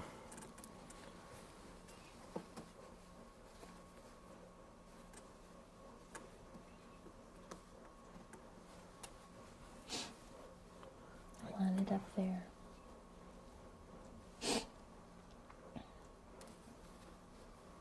It's so crooked. Okay, let's do this again. Oh boy, oh boy. And so here's another thing we can do. You can unpick a little bit of that back to where, so you could unpick a little bit to where it's going to go back a little bit, and you'll have a little more. Isn't that the part that I backstitched though? It is, it's okay. Okay. All right, Okay, that gives you a little bit more room. that might do it. We'll have to make sure we stitch back over that so it's locked in place, but that should give you some more room. Nope, it's got to be face down. Yeah, there you go. And that one, nope, because that's twisted. So you've got to go this direction. And this is where I honestly, I have to really, like, I can't be talking to someone when I'm doing it. I have to really pay attention. Like that? Mm-hmm. This is testing Quilt Husband's patience. Are you feeling frustrated? No, it's just, it's definitely challenging. This is unexpectedly difficult. This is why some people don't like to do binding. Deceptively challenging. And if you want, here's you another pin and pin at the bottom. That might help. Okay, now we got it straight. Yeah, and you just needed a little more tail, like Okay, there you a go. 1/4 inch tail. And get that point lined up with that red line. And that's where you're going to keep your eyeball. Keep your finger right there where you know that point is. Okay. Keep your finger pointed at it. Okay. And that's what you're going to pay attention to. Don't watch your needle. Watch where you're trying to get to. And you'll pull and just sew a straight line. And you'll pull your pins out as you get to it. Okay, here we go, fam. Here we go. Don't hold it tight because it'll pull back on you. Just let it go through. And keep your eyeball down here. Your finger there because that's where you're wanting to sew straight to. And don't pull the fabric tight. Just keep your eyeball down there where that is. You need that line to come all the way up. Well, the Cluck Cluck Sew Tape I used to actually have all the way up to there and it came off. I need to add some more to it. And I will do that just because I know you'll probably need it.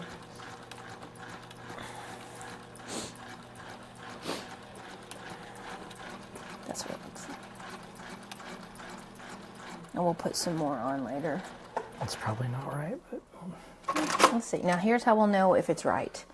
One thing we never do is we never cut this off till we know we've done it right. oh, Because once you cut this off, it is difficult to try to join again. So undo your clip here. And let's see if it's gotten twisted or not. Yep, it's twisted. ah, It's twisted. Somehow in all of the whatever, it got twisted. So this is why we don't cut it. So now we're going to have to unpick it. oh, dang. Yeah, we're going to have to unpick it. See, if you had cut this off, you wouldn't be able to join it again.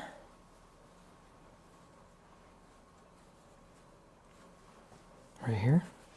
Yeah, start there. I would put it down this way to get it going. Like that. And then you should be able to put it here. You'll need to, let's pin it back. Let's pin this back like that. This, you see why some people don't like to do binding. Boy, oh boy, yeah, this is the hard part right Yeah, here. it really is. So It was easy I at the put it in between the two. Like starting to sweat over here, I probably should turn the air up. getting all flustered. And then I just, for the sake of time, I'm going to do this for you. And then just kind of, you do have to be careful not to cut the fabric because sometimes this can poke through. Yeah, you use your thumb on top. Yeah, I do. But that's the key. Never cut that end off until you undo it and make sure. It has saved me so many times. Okay. Hey, Maybo, thanks for joining us from Sweden. Ooh, Sweden. That's awesome. Welcome from Sweden. Okay, let's make sure you don't have your stuff twisted. Okay, so like that, and then this one's going to be right side up. It's not right side up. Or, yeah. Right Just side. like that. Okay. And just leave that there for a second. Make sure it's nice and flat. This one is like this. I thought that's how I did it. Somehow you had it twisted That like way. this somehow. You see what happened? So look at it and go to the right. That's the same stitch I did.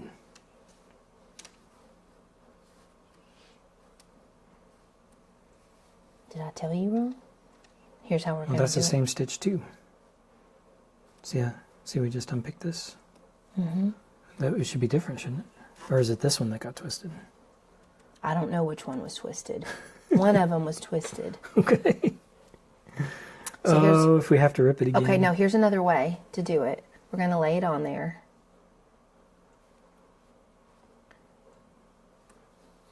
And we're going to pin them without sewing them and see if we've and got test this it. light. Yeah. Okay, there we go. Undo it. And let's see if this is right. Yep. See, that's how it's supposed to lay. So one of these got twisted. See, that's how you can test it to make sure you got it the right way. Okay. So I think it was the bottom one that got twisted twice or something, somehow, and all of that, redoing it. That's why you don't want to have to keep, you know how we pinned it for the first time over here on the table? I've learned when I pin it right the first time at the table, if I get over here and have to keep redoing it, I can get off. Okay. So, let's see what we got here. There we go.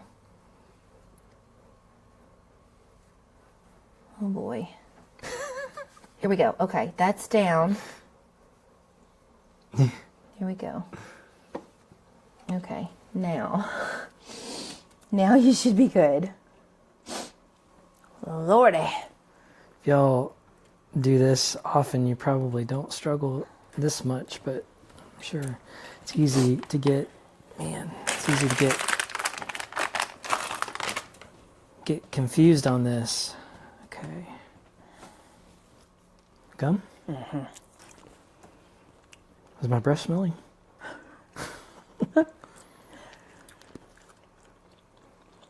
Yeah, where are you in Sweden?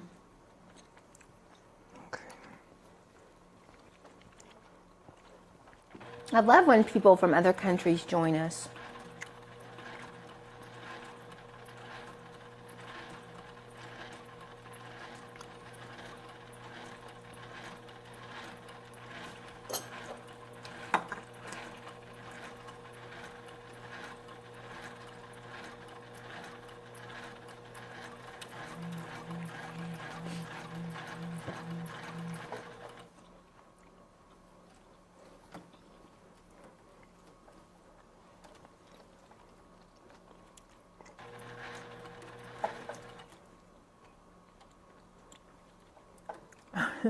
I'll show you how to do the click click sew seam tape.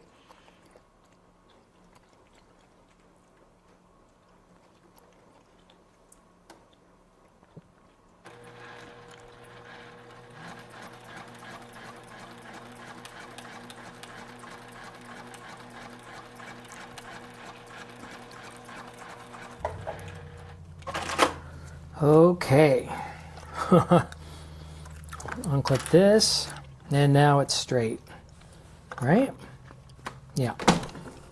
Whoa. What are you doing? The machine was not right. There we go. Okay.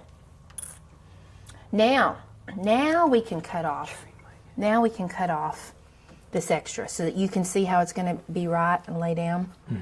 Now we can cut off this extra. Now it looks like, unfortunately, the fabric's been warped a little bit from all of the pulling, so there's going to be a little extra slack.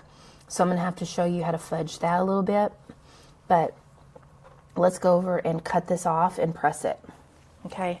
Okay. It's okay. For the first time doing binding, it was really good. Okay, here's you some scissors. And we have to cut that off. Okay. Just that little. That little. We just don't want to stretch our fabric. In.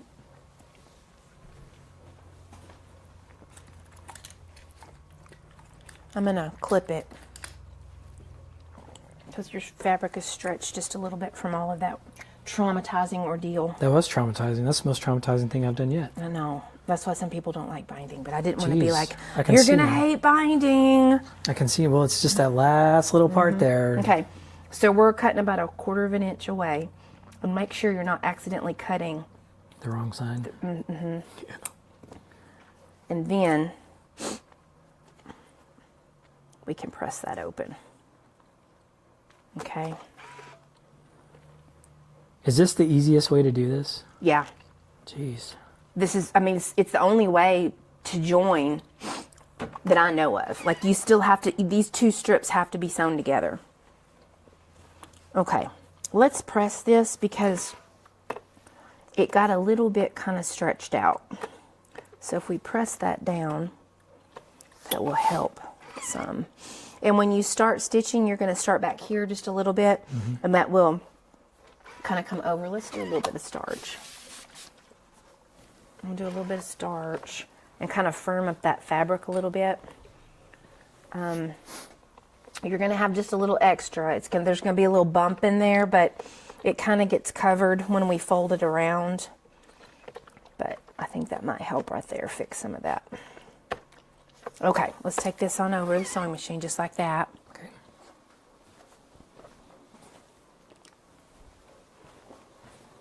Okay. That's funny. And Trip will be delighted with my effort. So yeah. I sure hope so. You better hope so. He's going to get a spanking otherwise. I know he will. He's going to love this. Okay, so whatever you do, let this naturally go through and don't be like holding it back because it's going to create more slack. Okay. And come back a little bit from where you first started stitching because we had to unpick that. Okay, that's good. Okay. So let the machine do the work. Let the machine do the work. You're just guiding it with your hands. You're not holding it down and offering resistance.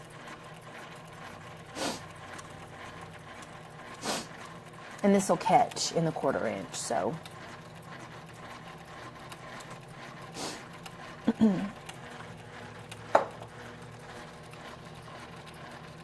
And then after this step, you're going to change your thread to just the top thread so that it's brown, so you don't have white thread showing on the top part of your quilt.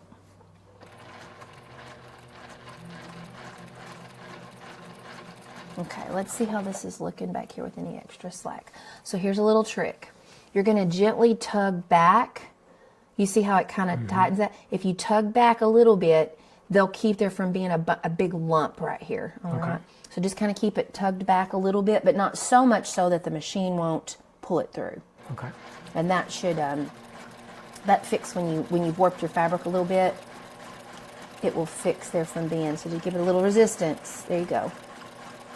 And you won't have as much of a bump. Give it some resistance.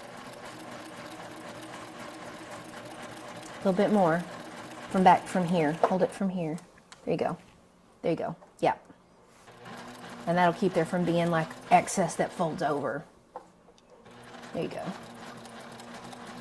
It's like just the right amount so that you can still go forward, but you won't have extra lump. Yeah. So that's another little trick for you when that happens and you backstitch. Yeah, so no one would know that you would have had extra. That's just a way to kind of, I don't know, MacGyver it a little bit. Okay. And you can cut your fabric. Good job. Okay. Now the fun part you did it, baby, of flipping it over. And we're going to use glue. This is another trick that I always do. I always do this. Hey, Kate. Hey, Kate. Thanks for joining us today. Quilt Husband's learning binding for the first time. Yeah. He's done a great job, and he's a little traumatized from it, though. No, that was a little frustrating. Yeah. Okay. So now this is, I won't do it any other way, and it's a much more pleasant experience when we do it this way. So now we want to press all of this forward, okay? Okay. Press it all forward, and then we're going to use some glue. Okay. So just get your iron. Yeah. And just press it all forward. Yeah, and flat. Okay.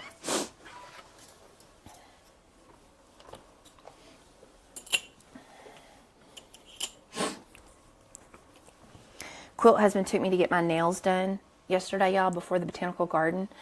And I did a fancy manicure. Usually I do my own nails.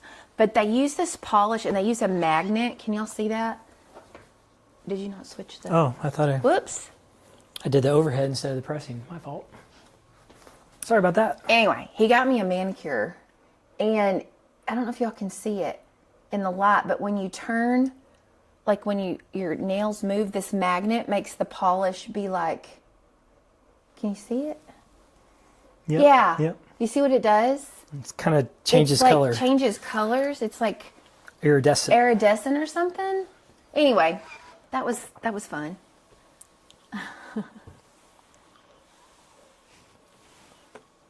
Okay, and you'll turn it. I was like, is this like a new thing? She's, no, it's been around for a couple years. I guess I'm a little late to the game because I usually paint my own nails, but this is that gel polish that stays on for like 3 weeks. So a little splurge for Get the hands pretty. Yeah, for our anniversary.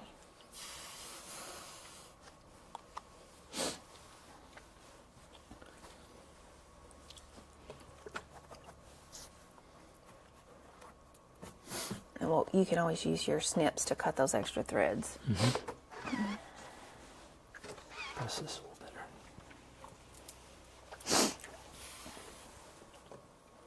Okay. Now we're pressed out. Or I'll press it. I'd snip your threads there, all the way around.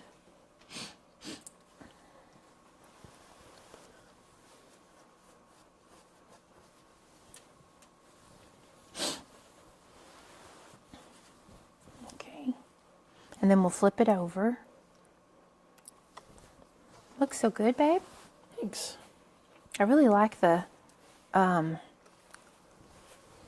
hatch. Cross stitch, cross hatching. Hatching, it looks really good.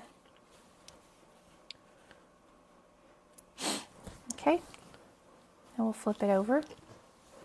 And now we're going to kind of flip everything forward. All like that, all the way around. And if there's any long threads that don't get tucked under, you just snip all those. Okay. Yeah. Okay.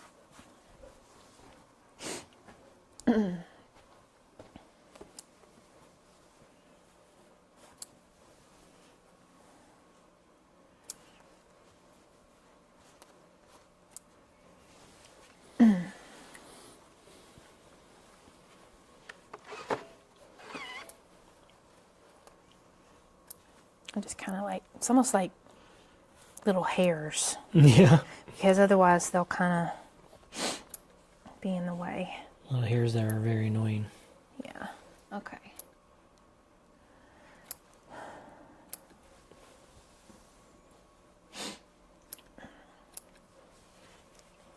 Snip, snip, snip.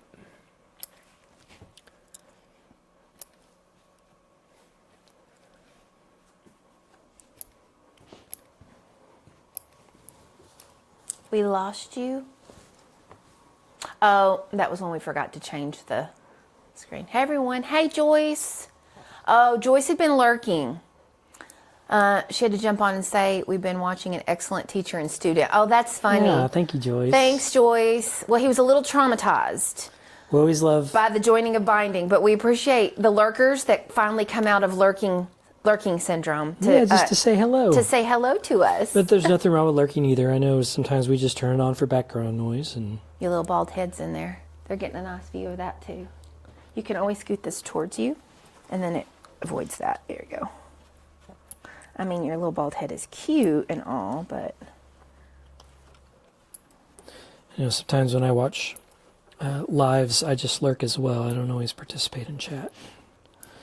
Especially if I'm working and doing something else, I just kind of have it on as background noise, and there's...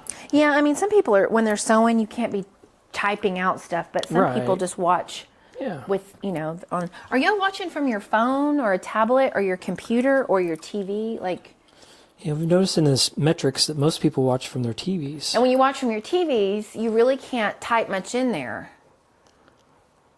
I don't even know how. Oh, we will, Susan. They want us to snap a photo of Trip modeling his new cat bed. Oh, so yeah, for sure. We'll what post I'll that do, on y'all, Instagram. is on my channel here, there's like a community feed on my channel. And I can post photos and like updates and comments and stuff. I probably don't use it as much as I should. Like I really probably should have posted in there that I was sick 3 weeks ago. But I didn't. But yeah, I'll post a picture in there. Okay. So you guys can see. Okay. What's next? Now the glue. Okay, y'all. If there's nothing that you remember this. Roxanne Glue Based It is the best glue to use. I've tried all kinds of glue, and it seals fastest when you put the iron on it. So, and I added a tip to it, which needs to be like cleaned off. There we go.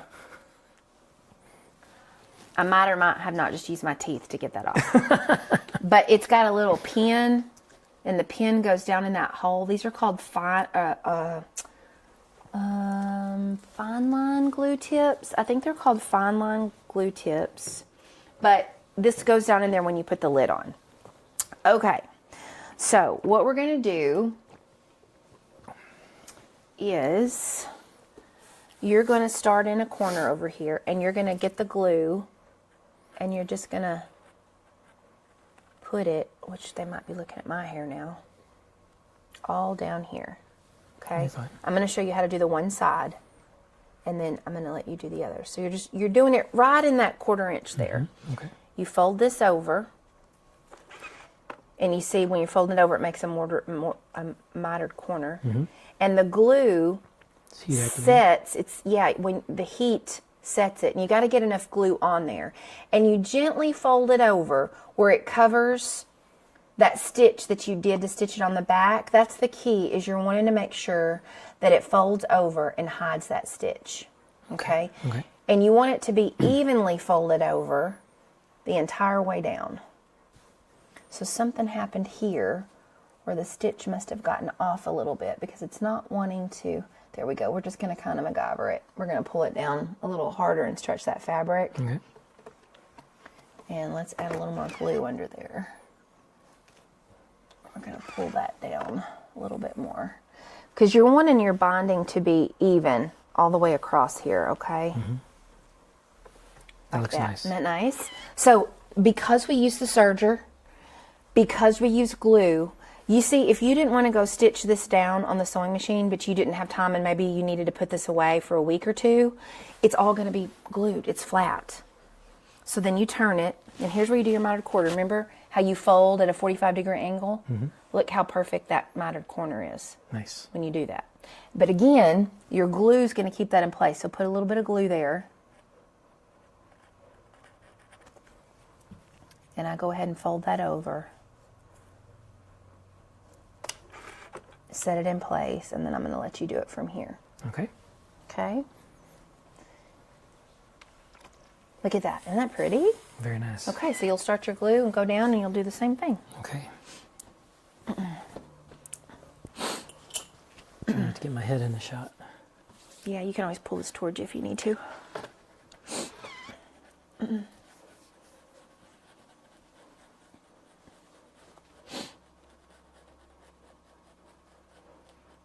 Yeah, this just makes doing binding so much easier. Once you learn to get those strips joined, and it's a lot easier on a big quilt, honestly, than it is on a small one. Okay. And then the binding, it stitches better, because when you go to stitch this, if this is all lumpy and bumpy, your line gets off.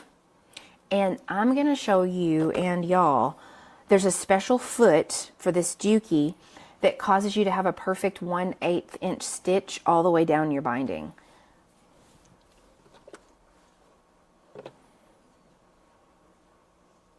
Okay, now make sure that's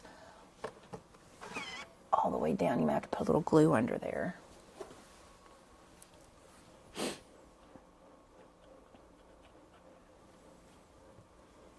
I'm glad that you went with the brown. Yeah, I mean, the nice. blue would have been nice. We didn't have enough of it, but the brown is nice too.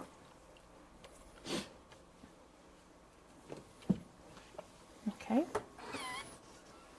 Remember how to fold for your mitered corner.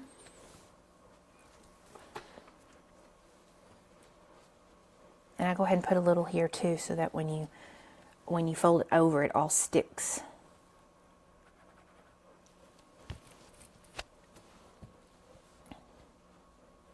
You're going to get it on your fingers. It's just par for the course. Okay, let's see if it lines up. Okay, just maneuver a little where it's there. You see how it's a perfect point right there? Okay, then you can take the iron and there you go. Okay. Very nice. Oh, that's nice.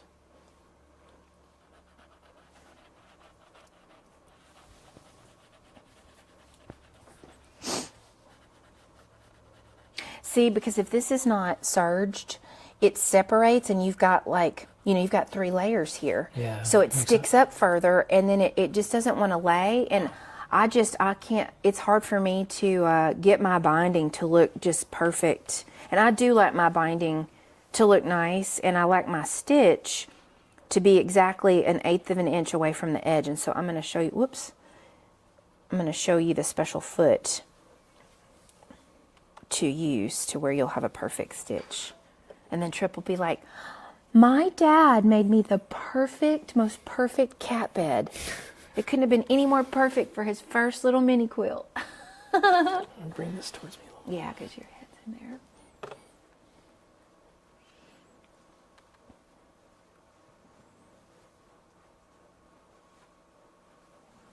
I'm so proud of you.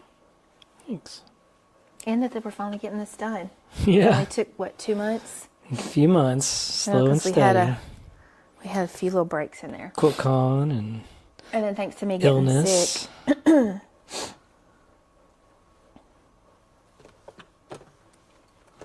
I'm hoping this, what do I call it? Mullein. The mullein drops will help Mullein, clear out the rest of licorice. this from my chest. Yeah. Licorice root. Got that one kind of close there.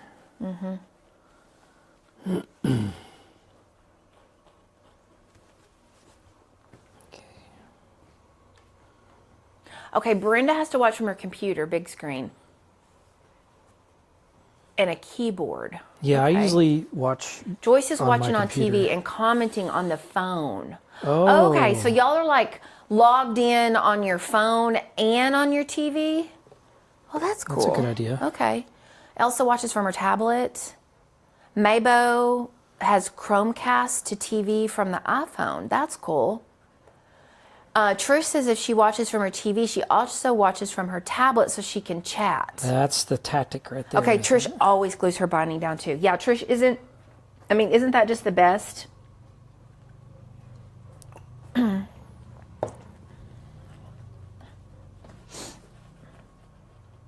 That's plenty.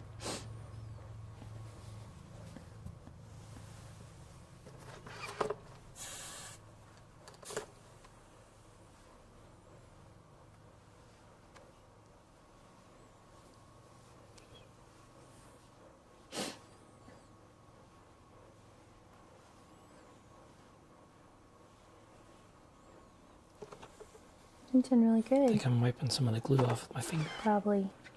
And the very end mitered can be a little tricky, but I'll show you if you can't get it folded at a 45-degree angle. That glue's really dripping out of there, isn't it?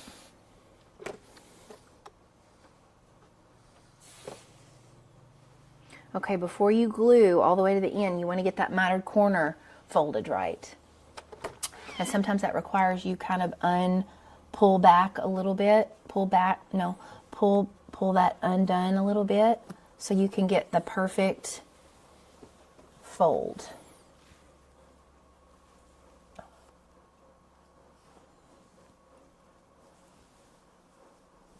Yeah. Now you can put your glue underneath there.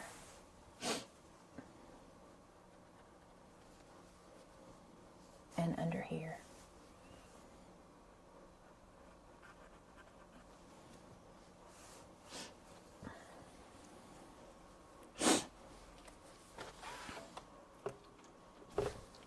That's what I use these little things for sometimes. These are like finger protectors sometimes when I have to like get my fingers in the way. All right. Good job, babe. Look at that. Okay, now it's time to stitch it down. Nice. You proud of yourself? That's really satisfying. I can tell you're proud of yourself. That's so cute. Okay, let me wipe off this glue bottle. I made a mess of it. Going crazy with the Elmer's glue. No, it's not Elmer's. I know. I've tried Elmer's, and I don't. Yeah, that's not the find same, this is sets faster and better. Let me put this lid on here so the glue doesn't dry up. Okay. Okay, let me show you this fancy foot. This is a game changer for putting your bunny on. So here's your tool. We got to take this foot off. Okay, so I unscrew this. Do I raise it up? Once you get it Not yet? unscrewed, you'll Okay. have to raise it up to take it off.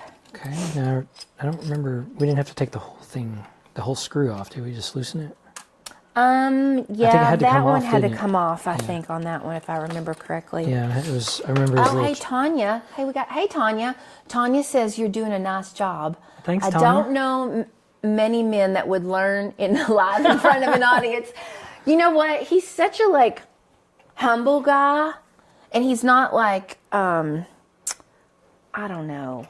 He's pretty confident in himself in the sense that he's pretty transparent and he's not afraid to be vulnerable. That's it. Yeah. He's not afraid to be vulnerable. Like, he'll carry my purse.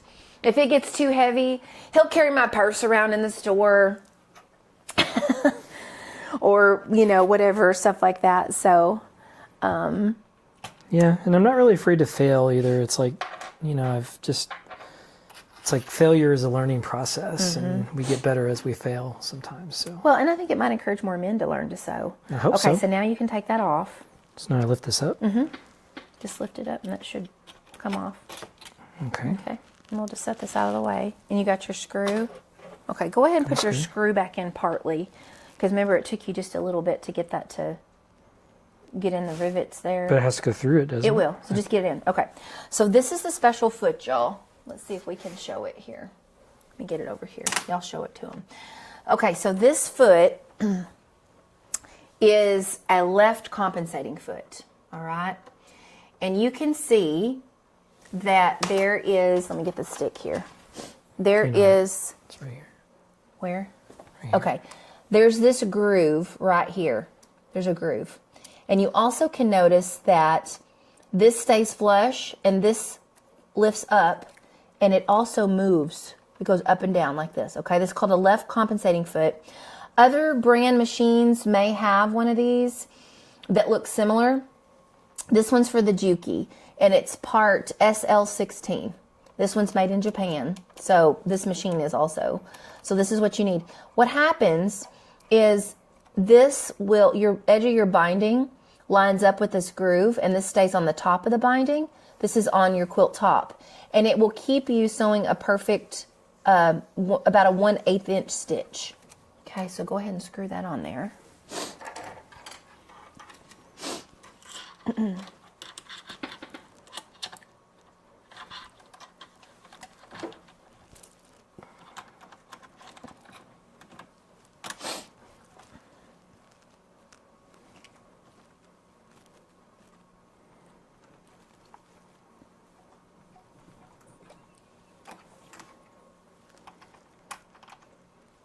Oh, we get to rethread. Yeah, you get to rethread. Let's see if you remember how to do it. It's only been 2 months. First time to change thread. Now this is important because you don't want white thread showing, Yeah. right? You want it to blend. So this is the Orfil brown thread that I have. Okay. So Orfil brown thread. Orfil brown thread. And it's going to match the best. So let's take off this one. Like my focus got off just a little bit. It's a little blurry. Okay. Gonna take what off now? The white. Your white, yeah, you'll just take it off. So you'll loosen the tension and it'll slide right out. Just pull it. Yeah, we'll just take that one off. I'll wind it back up for you. Okay. And then you can wind up the brown. Now, we're keeping the white in the bobbin. Do you know why? Because it's gonna be on the back side. Yeah, and your stitch is going to be right along. It doesn't line up with this, because the reason I don't ever line it up with, it's very difficult to line it up where it's perfect, where you're showing here. It's going to be the exact same spot there. So I always end up with a stitch right on the inside perimeter. It's a straight stitch, and it does not bother me. Okay. So I match it to the backing fabric. And since this is a light color and your quilting is this color, this is what we're keeping in the bobbin. But your top thread, you're going to see. Okay. Yeah. All right. So, hey, Trixie. Yep, he's almost done. We're almost finished. Okay, nope, that is for the bobbin. So we start up here at the thread mast. Oh yeah, the thread mast. I should make you do this like every time so you don't forget, huh? So we don't use this? That's only to wind your bobbin. Okay. So we go up this hole. Let me snip the end here so it's okay. Straight. Oh, she said it's good to find you live again. Yeah, we haven't been on for like 4 weeks. We were at QuiltCon, and then I've been sick for 3 weeks. Okay, go. I don't remember how to do it. Yeah, go down, and then up through this one. Okay. Oh, wait, no, that's not right. Sorry, I told you wrong. Go down. Is that right? That's what we did. Okay, Down. it's up. I don't use this machine as much anymore as my other one. Try going up. Yeah. And then, nope, wrap around under and then up that hole. That's it. So it's... I should have looked at this before. Yeah, I it's pulled it out so I down, could- across the front, and then up. Yeah, that's it. Okay. And then open your tension disc. Oh, that one doesn't open. I forgot. Around. Yeah. And then down to this side, in between the tension discs. Up, not through that yet. Around that. No, not around it that way, around it the front way. The front. Yeah, come up through the front. You see? Oh, it's okay. I see. Because watch what'll happen when you pull it down. This will move under here, up through here, in through here.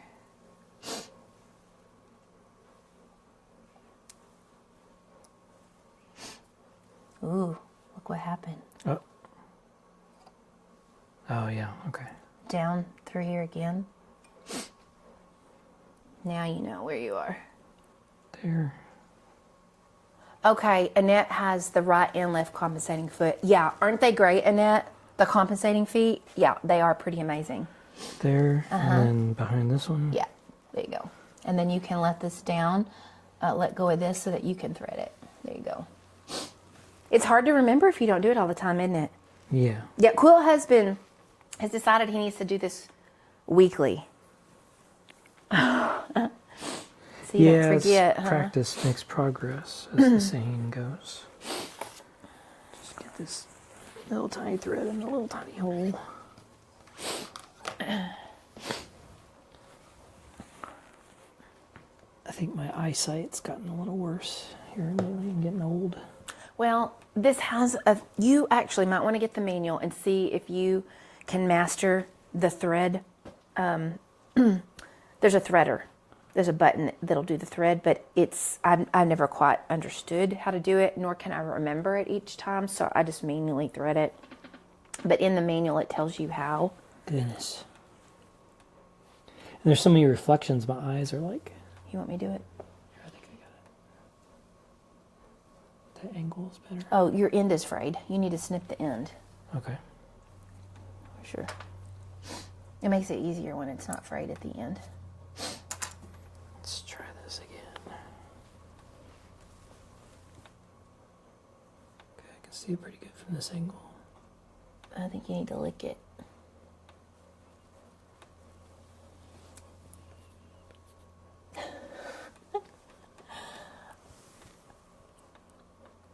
There you go. It's the saliva. It's the saliva. Okay, now the fun part. Okay, now you want to think about your stitch length. And usually you don't want really small stitches for binding, so I usually do a 3 or a 3.5. You want to try it and see what it looks like before you do it to see if you like it? Well, the brown thread won't really be seen on it. You'll still see the stitches. Yeah. Just stitch and see if you like 3.5. This is scrap, so. And then I'm going to turn this to a 3 and see if you like the 3 better. And then cut it. And you can look and see if you like a 3 or a 3.5. I think I like the 3. It's up to you. It's going to be a little more secure with the shorter the stitch length. Okay, let's do that. The 3? Okay. Yeah. All right. Built to last. Cool. Yeah, because Trip might be kind of rough on it. You know how he paws at it when we put the catnip on it? Yeah. Okay, so I would just start here in the middle. And this got a little wavy, but that's okay. Yeah. So lift your press foot up. And you see that groove? You're literally going to keep this lined up all the way down, and it's going to give you a perfect 1/8 inch stitch all the way down. Okay. So keep that the guide. line with the edge Guide of it up the with the edge of it. Yep. Okay. Why am I starting up here instead of like up here? It's a little harder to end. Like it's going to be a little. You want it to be real secure, so you start on the side, anywhere on the side.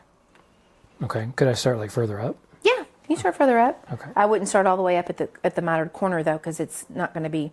It's going to be a little weird because you have to back stitch at stop and start. Okay. So right about there's again? Yeah. Okay. And you'll do a back stitch, just a couple when you start. One after you start forward, then back stitch. Okay. That was a little too much. You just take 1 or 2 stitches forward and then back stitch, but that's fine. Okay. Oh, it's been nice watching you too, Mabo. You'll have to join us again next time. Make sure you like and subscribe and you'll get the notifications when we go on again, okay? Have a great weekend. And you can slow down if you need to. It's a little harder with the wavy, when it got a little wavy, but normally it just keeps it right there on the edge, which is really nice.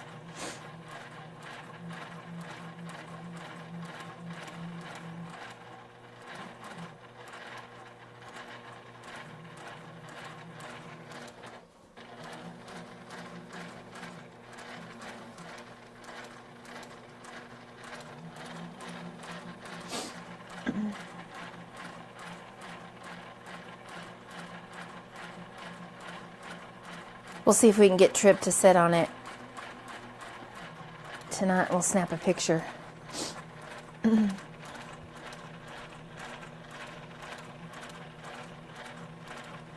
Okay, so am I coming all the way down? No, you're going to come down To the a corner quarter, and then turn? not all, to just a 1/4 inch down.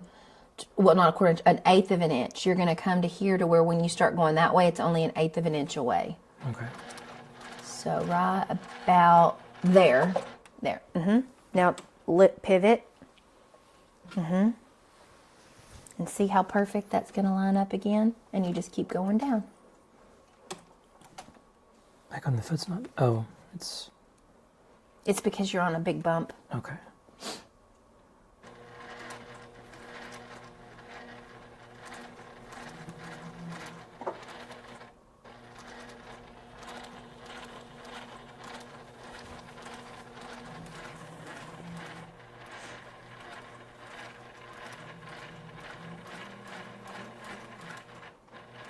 And I tend to keep this hand out a little more, and it'll keep it from kind of shifting on you as much. Patient teacher and excellent student. Good job to us both. Well, we do get along pretty Thanks, good. Trish. I mean, we have our moments, but I'd say we get along very well. Chris is extremely patient. I'm less patient than he is. But we do like to be together, so that helps. Okay, you're What? oh, let me see. It's a yeah, there you go. Okay, about like that.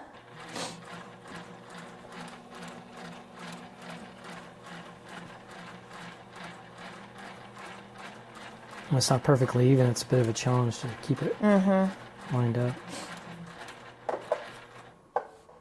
Imagine without that compensating foot, trying to keep a straight line. Well, and that's why when you pull your binding over too, you want to pull it over the even amount the whole way down because of that too. There. Yeah. Almost done.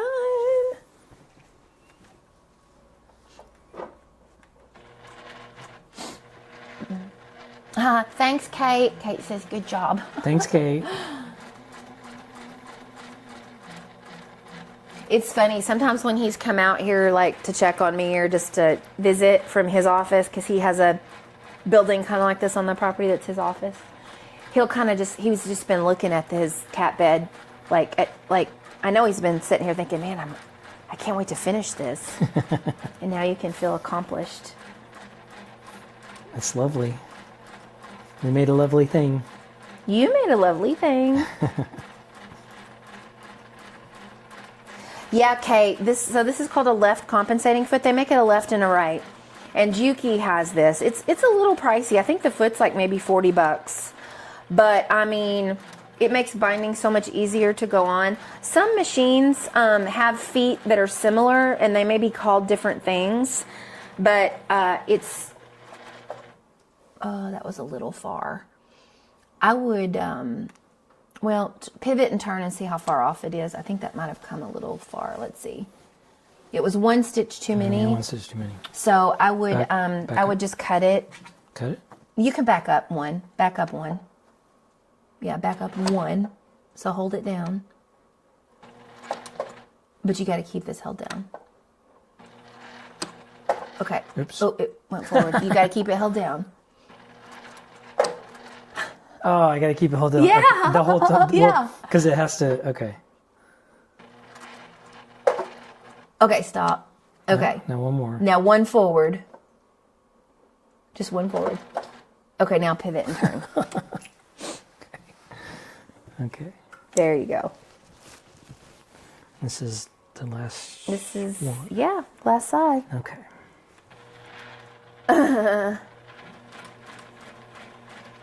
Oh, well, Susan, I included all these little tips for him so that he'll have joy. Because I tell you what, doing these little tips myself, I don't like to feel frustrated. Like, I want to have joy the entire time I sew, and other than when I have to seam rip. So little tips that I can show him from the beginning make his experience much better.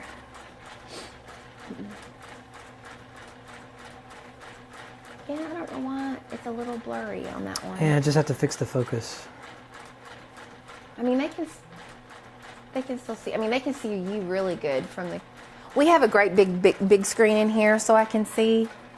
And I watch sometimes stuff in here when I'm sewing, so we can see live what's going on. Okay, last corner. You're almost done. Didn't do it that time. Yeah, you kind of have to go a little slower when you get to the end there. And it only took 2 hours and 15 minutes today. Okay, and once you get to the other stitch, you started, then back stitch, and you're done. Just a couple stitches. And there's your snips to cut your threads.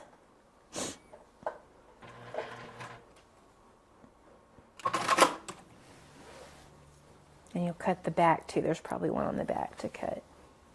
A little bit, a white one. Now look at the back. Do you see how that stitch is on the inside perimeter? So you see how nice that is, y'all? Can you see that? Okay, you got off a little bit here. But other than that, well, it looks like on one corner. But for the most part, you can't see that stitch. Well, I mean, you're not going to see the underneath of this mat anyway, but yeah, it looks great, honey.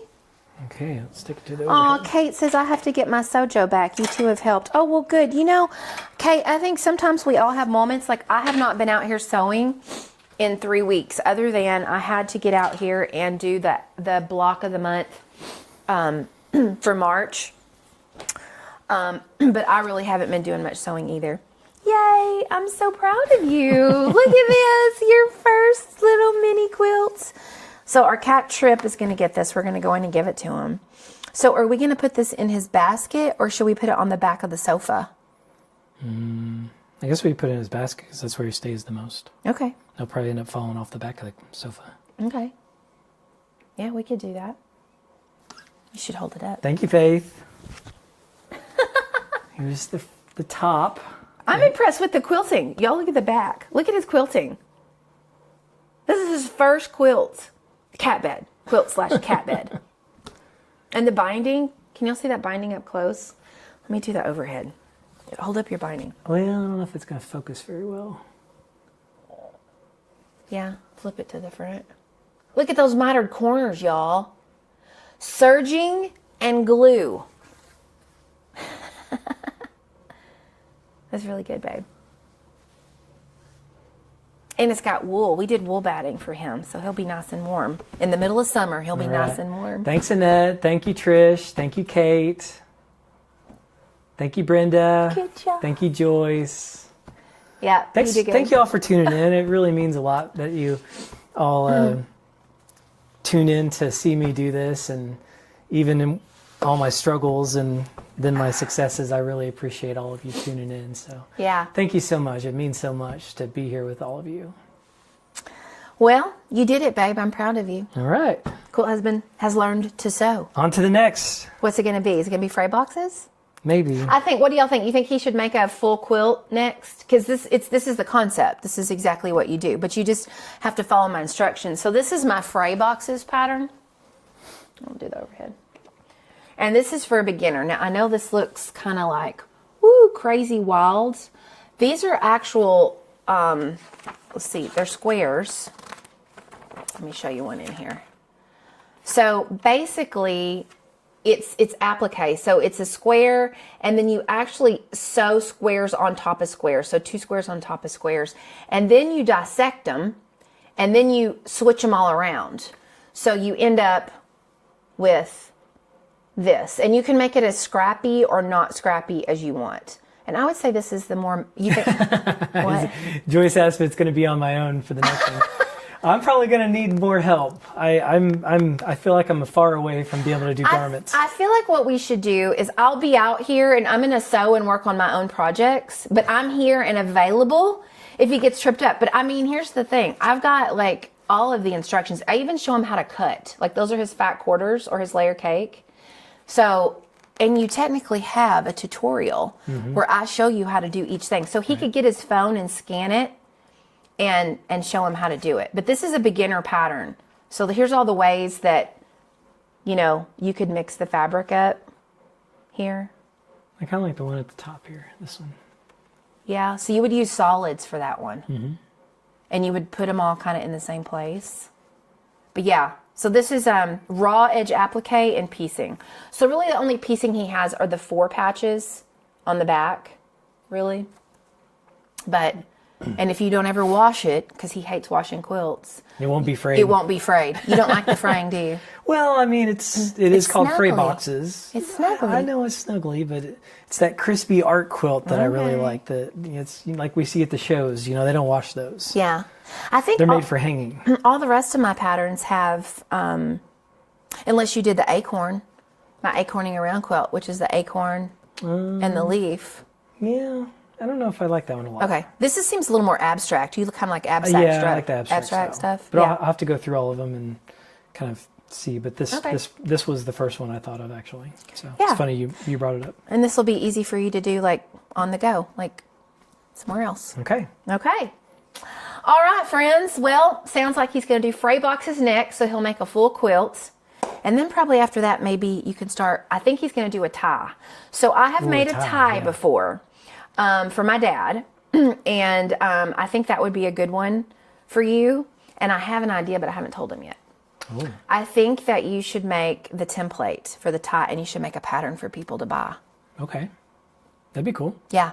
Because I have this short, it's called a short on YouTube. You can find it on my channel of my tie that I made for my dad. So if you go look back on my shorts, you'll see the tie that I made. That little bitty 15-second short has the most searches for people looking on how to make a tie. And people have reached out and said, do you have a tutorial on how to do it? Do you have a tutorial? Well, I didn't. So I think that's what you should do. That could be your first pattern. And I'm going to use the Benartex Silky Solids. Boy, I got to feel those, and they are nice. Yeah. Okay, She's here's gonna your go grab colors. I think grab you a said you square. wanted to do the navy because these are the only colors I have of it. It's sateen. Yeah, it'd be the navy or the cream. Yeah. I think the Yeah, I know you can't probably see or feel this, but it's shiny. Let's see. It's got some shine to it, and it is so soft. See, I bet they can see the shine if you tilt it, maybe.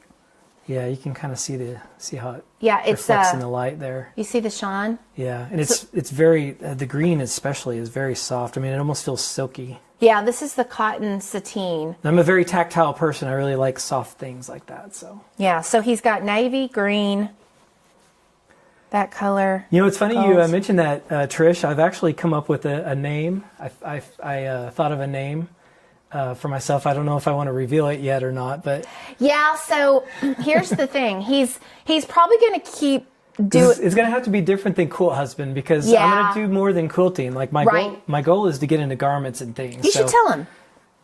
Tell You want me him. to tell him? Okay, all Only right. they get to know. Okay, so the name is going to be Navy Jake because my middle name is Jacob, and I love the color navy, and so Navy Jake. I've registered all of the social medias, the website navyjake.com.